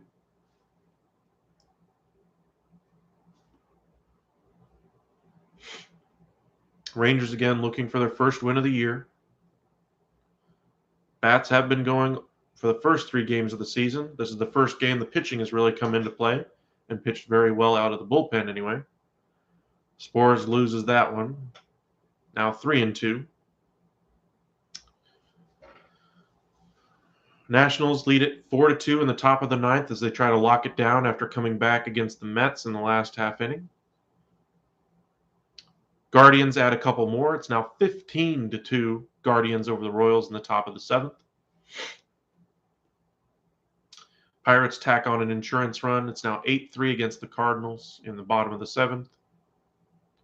Spores up and in to Chapman with an excuse-me swing. Heim is there and makes the catch. Great play by the Rangers catcher there. Nonchalant kind of a play. If you'd missed it, the coaches would have ripped him, of course. But the Rangers are able to get out of the inning with no damage done. Umpires check him real quick. Nothing there. And we move on to the 9th. Let's kind of look around the league one more time. And it looks like the Nationals have indeed secured the victory there, get their first win of the season against the Mets. Mets dropped their first one of the year. Mets have a lot of expectations, but they're going to miss Jacob deGrom for at least a month of the season. Have a lot of expectations riding on them. Francisco Lindor got a home run today after getting hit in the face by a fastball last night and benches clearing. Guardians extend their lead again, now 16-2. Dodgers get on the board 1-6. They're losing to the Rockies in Colorado. However, they have the bases loaded and only 1 out. Miami and San Francisco have gotten underway. Miami, of course, taking the lead. D. Gordon scoring the first run of the game. Or not D. Gordon, but D. Gordon scored the tying run in the Nationals game. Former D. Gordon team in the Miami Marlins there. Chris Bryant scores in his Rockies opening series debut. Mookie Betts is at the plate. Milwaukee's 5-4 lead over the Chicago Cubs right now as they trade some runs back and forth there. But right now it's all about Mookie Betts and the Colorado Rockies. 6-1 Rockies lead, but it's the 4th inning. They just had a pitching change. Yoelis Chacin, the veteran, has come in to face Mookie Betts, who's 1 for 2 on the day. Grichuk, if you're a Toronto Blue Jays fan, was traded for Tapia. He did hit a single on a ground ball to right field and scored a run earlier in the day. Ball 1 to Betts. Taylor Hearn looks to be your starter for the next Rangers game. Mitch Garver probably returns behind the plate. Rangers are trying to preserve his bat. Not going to play him on back-to-backs or day-night doublehead or day game after a night game. Solac back up at the dish. Has had a great first game of the year for him. Hit a home run, had a single, a couple of walks. Takes strike one there. Rangers 6 through 9 hitters today, 8 hits, 4 walks, and 9 runs scored. Great job by the bottom half of the lineup today. Nathaniel Lowe, of course, came in as a pinch hitter. Excuse me, check swing by Nick Solac, who's upset with himself for swinging at that one. That was way outside the zone, as Thornton's on for his second inning of work. Jonah Heim is going to be the third place hitter in this inning. If you're a Rangers fan, you'd like to see Marcus Semien get up and get a base hit to kind of close things out on his return to Toronto. But we'll see if the lineup can circle around him real quick. He was the leadoff hitter today, and he's 0 for 4, I believe, today. Mookie Betts is now 2-2 with 1 out and bases loaded against the Rockies.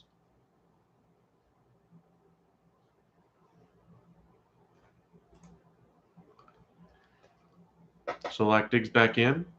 Ball up high, not really a competitive pitch. Solac's not exactly the tallest player, and that was up at his eyeballs.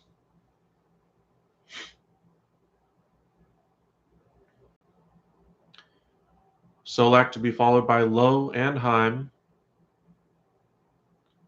Solac reaches out and punts it off the very end of the bat, hangs up long enough in the air for Hernandez to get there, and he's retired for the first time today.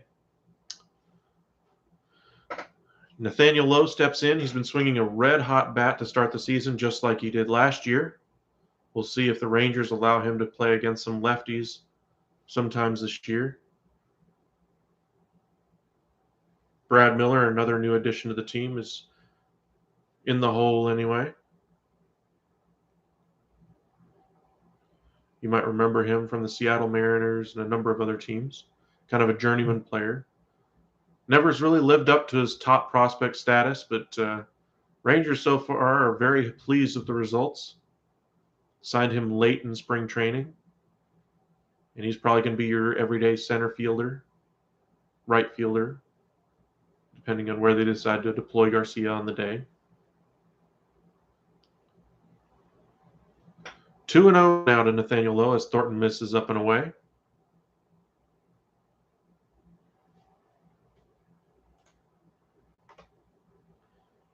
And that Mookie Betts at bat, he struck out. The veteran got it done. Yolis Chassin came in and struck him out on a 3-2 pitch. Great job by the veteran. Next up is Freddie Freeman. If you're an Atlanta Braves fan, this is pretty much the one guy you were hoping to retain throughout his entire career, and you were unable to do so.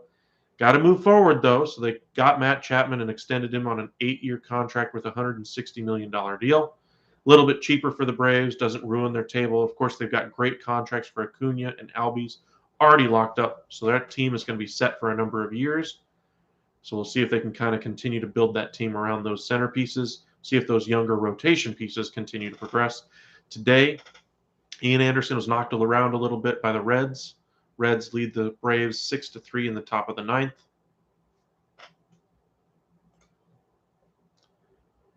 Nathaniel Lowe it's now even at 2-2 as another ball bounces in the dirt. 3-2 now to Nathaniel Lowe.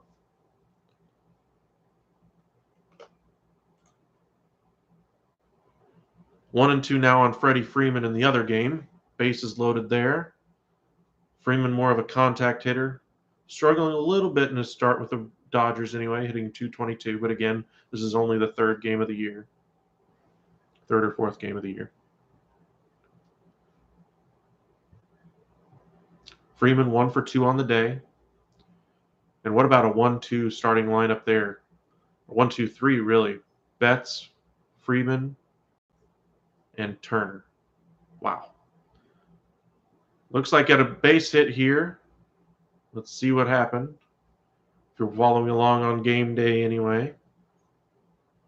Dodgers finally closing the gap a little bit on the Rockies.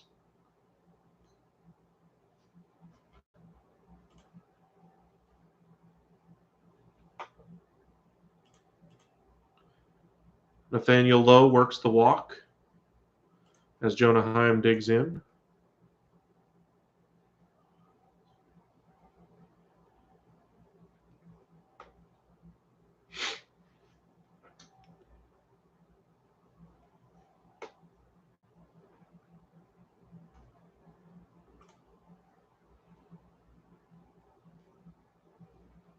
Wow.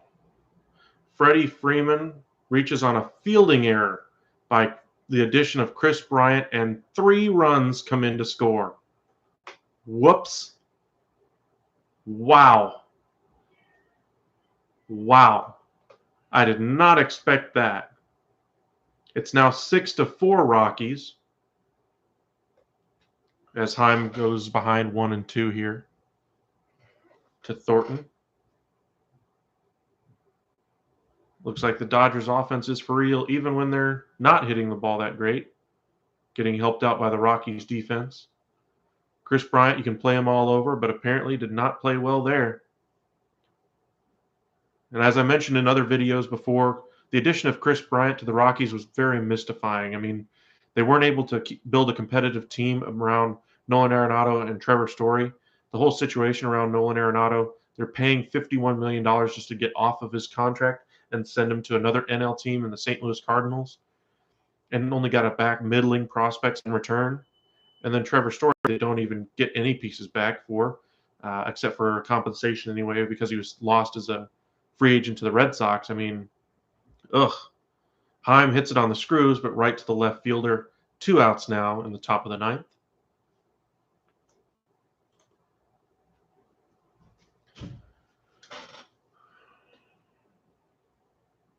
Pirates now up 8-4 over the Cardinals.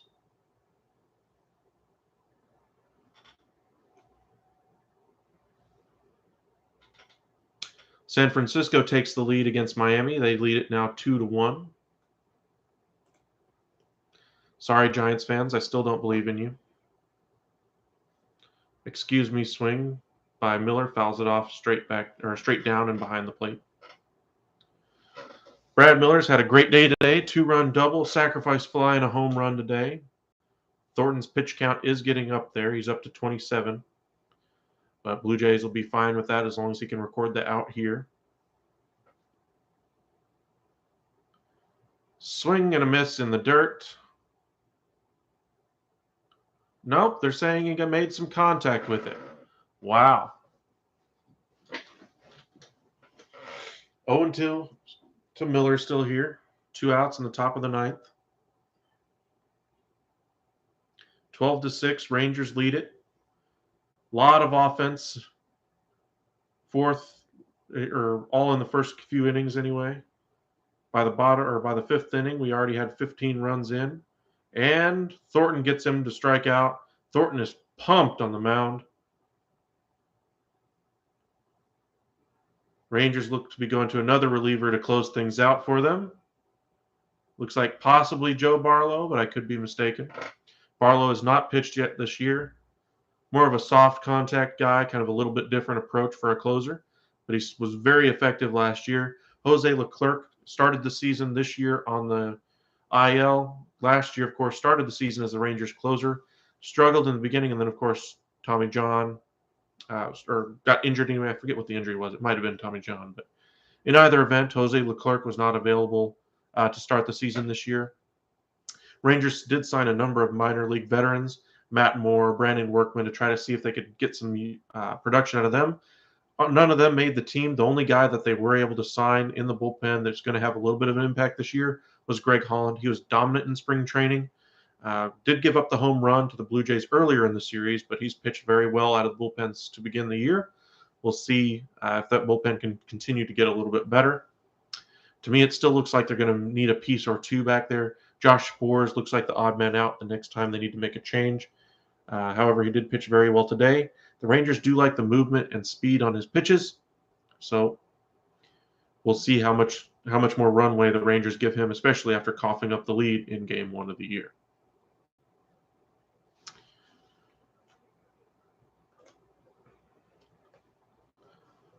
Looks like the Rockies were able to get out of the inning without surrendering any more runs. Still leads 6-4.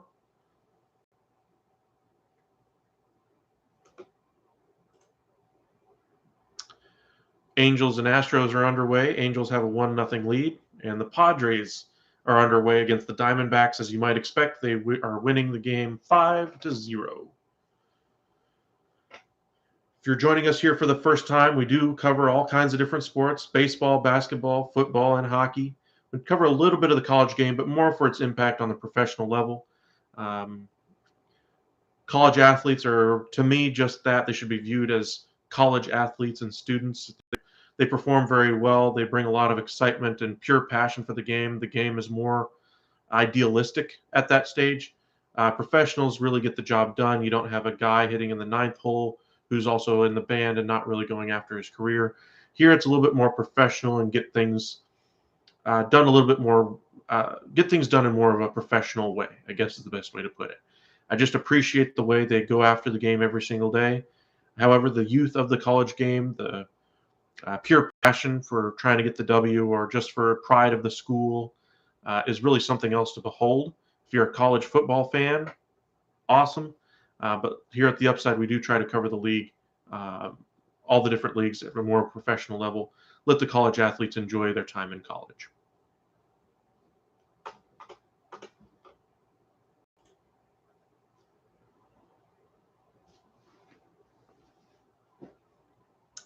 Tonight, of course, we already mentioned the two big games on the basketball side in the West. Anyway, Mavericks look to to win a game against the Spurs. Spurs lost last night to the Warriors, 100-94.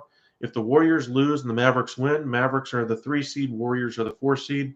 A little bit more meaningful, anyway, is this for the Dallas Mavericks, as they would avoid the Phoenix Suns. They just seem to struggle with guard play, and Chris Paul would kind of carve them up. And the Suns are world beaters right now. They did lose a couple of games in a row a couple weeks back anyway, but they've righted the ship. Kind of those mid-season doldrums. But this is a career franchise history-making season for the Phoenix Suns. So we'll see what kind of success that breeds for them in the postseason.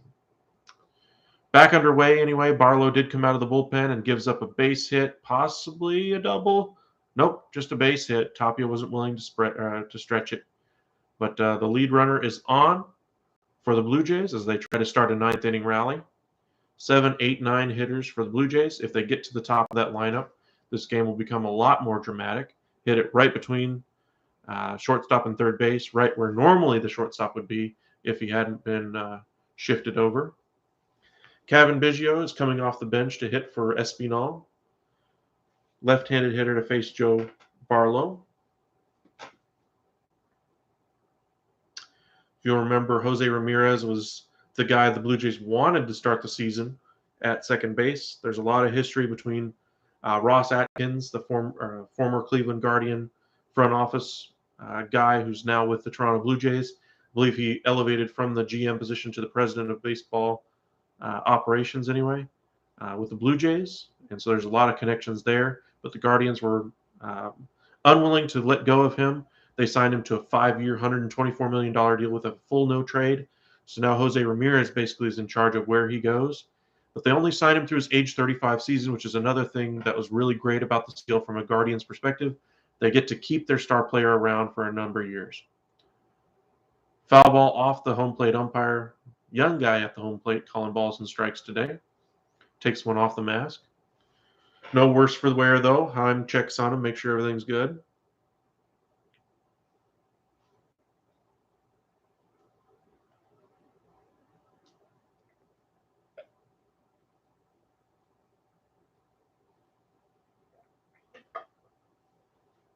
1-1 the count to Cavan Biggio.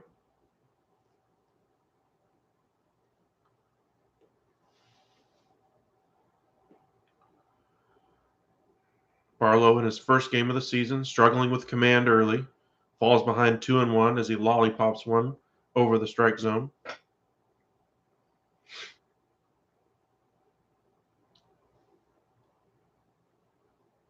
Again, I do expect the Blue Jays to compete for a World Series this year.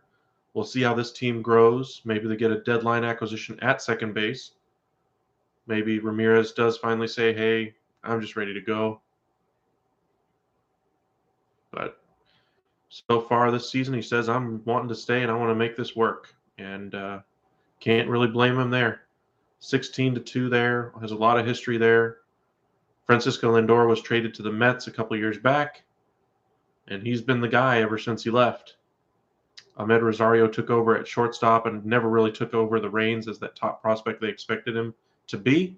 So Jose Ramirez has stayed the guy there. There's some talk that they might bring in an outfielder there for the Guardians, but of course they have not yet.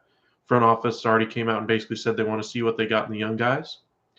I believe they just signed one of them to an extension there, a 4-year, $20 million extension. I can't remember the name off the top of my head. 2-2 now to Biggio. Barlow set and delivers. In the dirt again, missing his spot. Oh, it might have hit him.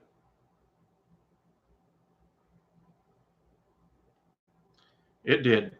2 runners on. Not the start of the inning you're looking for if you're the Rangers closer and Joe Barlow. Of course, the Rangers don't really have a closer. Ooh, right off the toe and off the very high inside thigh of Jonah Heim. Need a minute to walk that one off.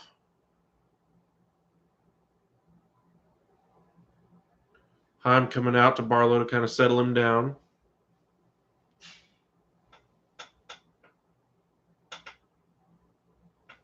Rangers bullpen has not fared well in the first 2 games of this series.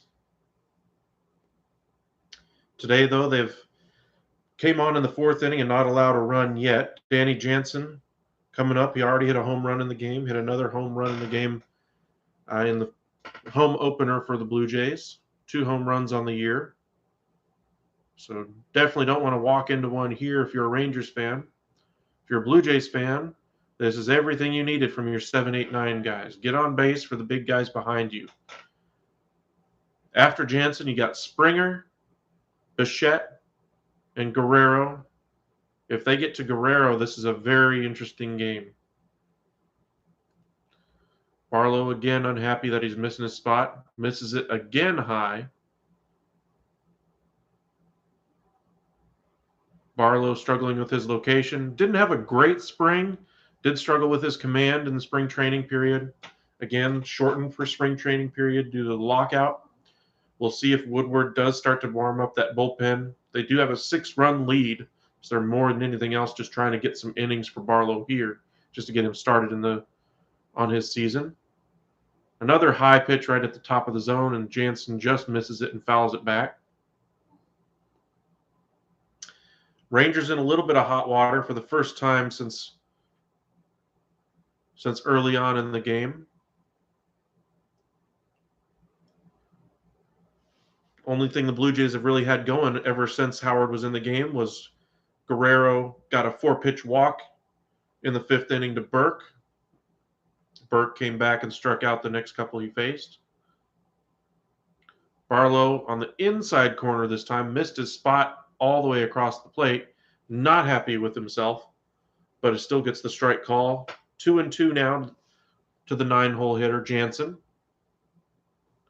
Jansen, like I said, already has a home run in the game, so you don't want to miss the ball or miss your spot in the wrong place to him. He can run into one.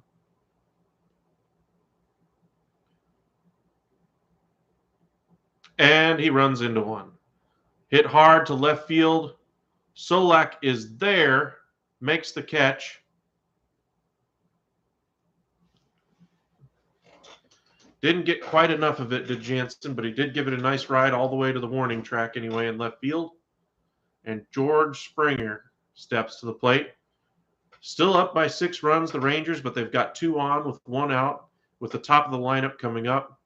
They've already had a lot of damage and production come out of that top of that lineup today. Let's see if they can turn on the water or turn on the spigot again, score a couple more runs. If you're a Blue Jays fan, George Springer is exactly the guy you want up there. Third most active home runs against the Rangers. 12-6 curveball falls in the top of the zone against Springer, strike one. First pitch Barlow has thrown, looks like he landed it where he wanted to. Might have missed it or missed his spot by about 2 inches that time instead of half the plate. Strike or throws a fastball right down the middle. Strike two as Springer fouls it back, 88 miles an hour. It's a little tough to figure out which pitches are going to be Barlow's fastball just because he doesn't throw hard. 88 to 92 is probably his best as far as a fastball. A little bit different, unorthodox for a closer nowadays. Most teams want that 100-mile-an-hour fireballer at the back end of the bullpen. Rangers attacking it a little different way this year.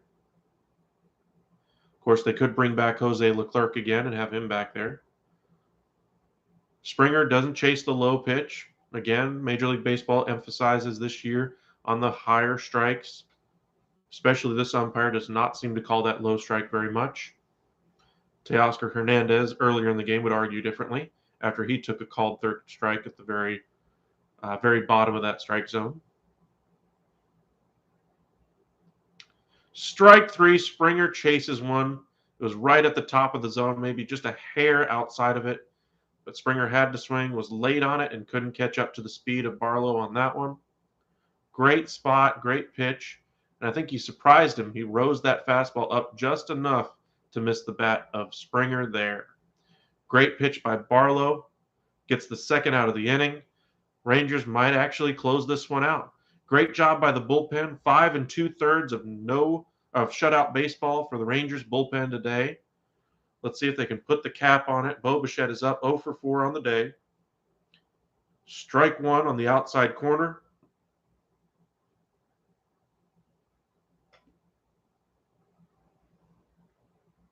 And stay tuned to us a little bit after the game as we kind of recap the events of the game, go through what to expect tonight, check in on the Masters.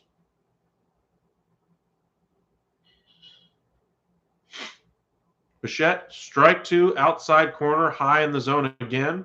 Barlow is really keeping his pitches up in the strike zone, which is kind of surprising. Usually, if you want to pitch up, you want to avoid the top of the strike zone. You want to hit a little bit up, outside of the zone just to make them chase.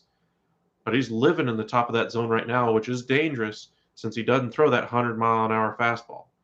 Remember, his fastball is only 88 to 92. 0-2 now to Bichette. Time by Bichette. Wants to take a minute, catch his breath. Remember, coming into the game, held the highest active average against the Rangers by any hitter in Major League Baseball at 356. 0 for 4 will certainly drop that a little bit. Barlow delivers and bounces one into the plate. Not too competitive of a pitch. Would have liked to bounce it a little bit further back. But you understand the thought process there. Don't give him something to hit. You do have a 6-run lead, but there are 2 runners already on base. Let us know in the comments section what you think about the Rangers getting their 12-6 lead today and possibly a victory. Was that strike three? Yep, it was. He missed it. He held on to the foul tip. Jonah Heim secures the ball. 12-6. Rangers get their first win of 2022. Joe Barlow comes in, allows 2 base runners to reach, and then closes it down. Great job by the Rangers today. That bullpen came in 6 shutout innings today for them, and that is the story of the game. The Rangers offense has been there all year long so far, 3 games. But the Rangers bullpen finally comes through. They struggled in the first 2 games of the season, but the story is that Rangers bullpen. Brock Burke, welcome back to the Major League Baseball. And great game all around. Blue Jays got out to that 6-1 advantage. 4 home runs early, 1 by Springer, 3-run home run by Chapman, another one by Jansen, and then Guerrero hit one in the 3rd. 6-run 4th inning for the Texas Rangers, followed up by a 2-run 5th inning, and then some insurance runs tacked on later. Great job by the Rangers offense today, but again, that story is the bullpen. Spencer Howard gave up those 4 home runs. We'll see how much longer he sticks in the rotation if he continues to give up hard contact like that. So let's kind of swing around to the rest of the league. Rockies have added an insurance run.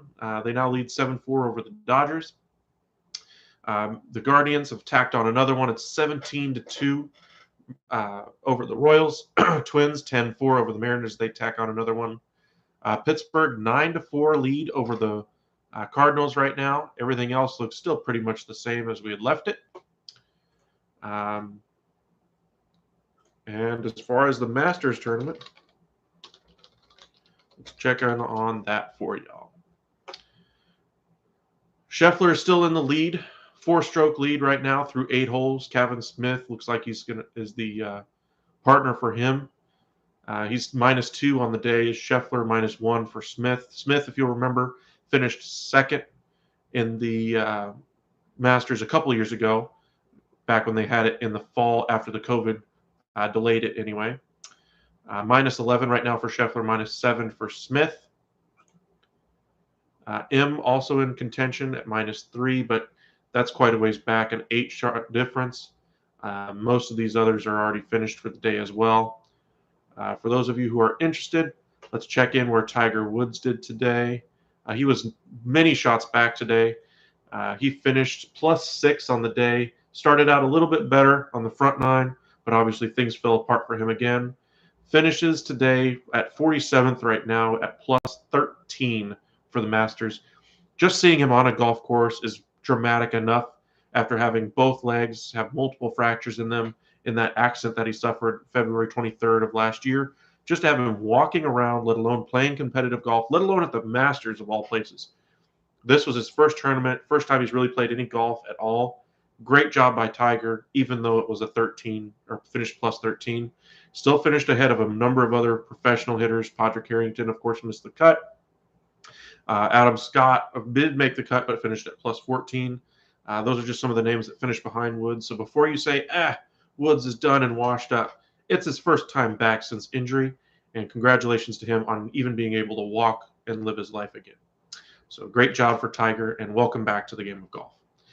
Just to kind of wrap things up around the rest of the sports, hockey's winding down its season. The Stars and Vegas Golden Knights are duking things out in the West for the final wild card spot. Mavericks play tonight against the Spurs after the Spurs lost last night 100-94 against Golden State. Again, we've mentioned it multiple times now, but just in case you haven't been heard already, Mavericks win and the Warriors lose. Mavericks get the 3 seed, Warriors get the 4 seed. This means everything if you're advancing, if you're a Mavericks fan. The Warriors doesn't mean much because I believe they're more worried about health. When healthy, they can compete with any team. Being the 3 or 4 seed isn't going to matter much to them. So thank you again for joining us here for afternoon baseball on Sunday. And we'll see which team we cover next time. Let us know in the comments section or vote. Let us know which game you'd like to see us do next week. But again, thanks for joining us here at the Upside. If you haven't hit that subscribe button already, please, or hit that button, please, and thank you. Appreciate every single one of you who've joined our community over the past few days. And welcome to the Upside.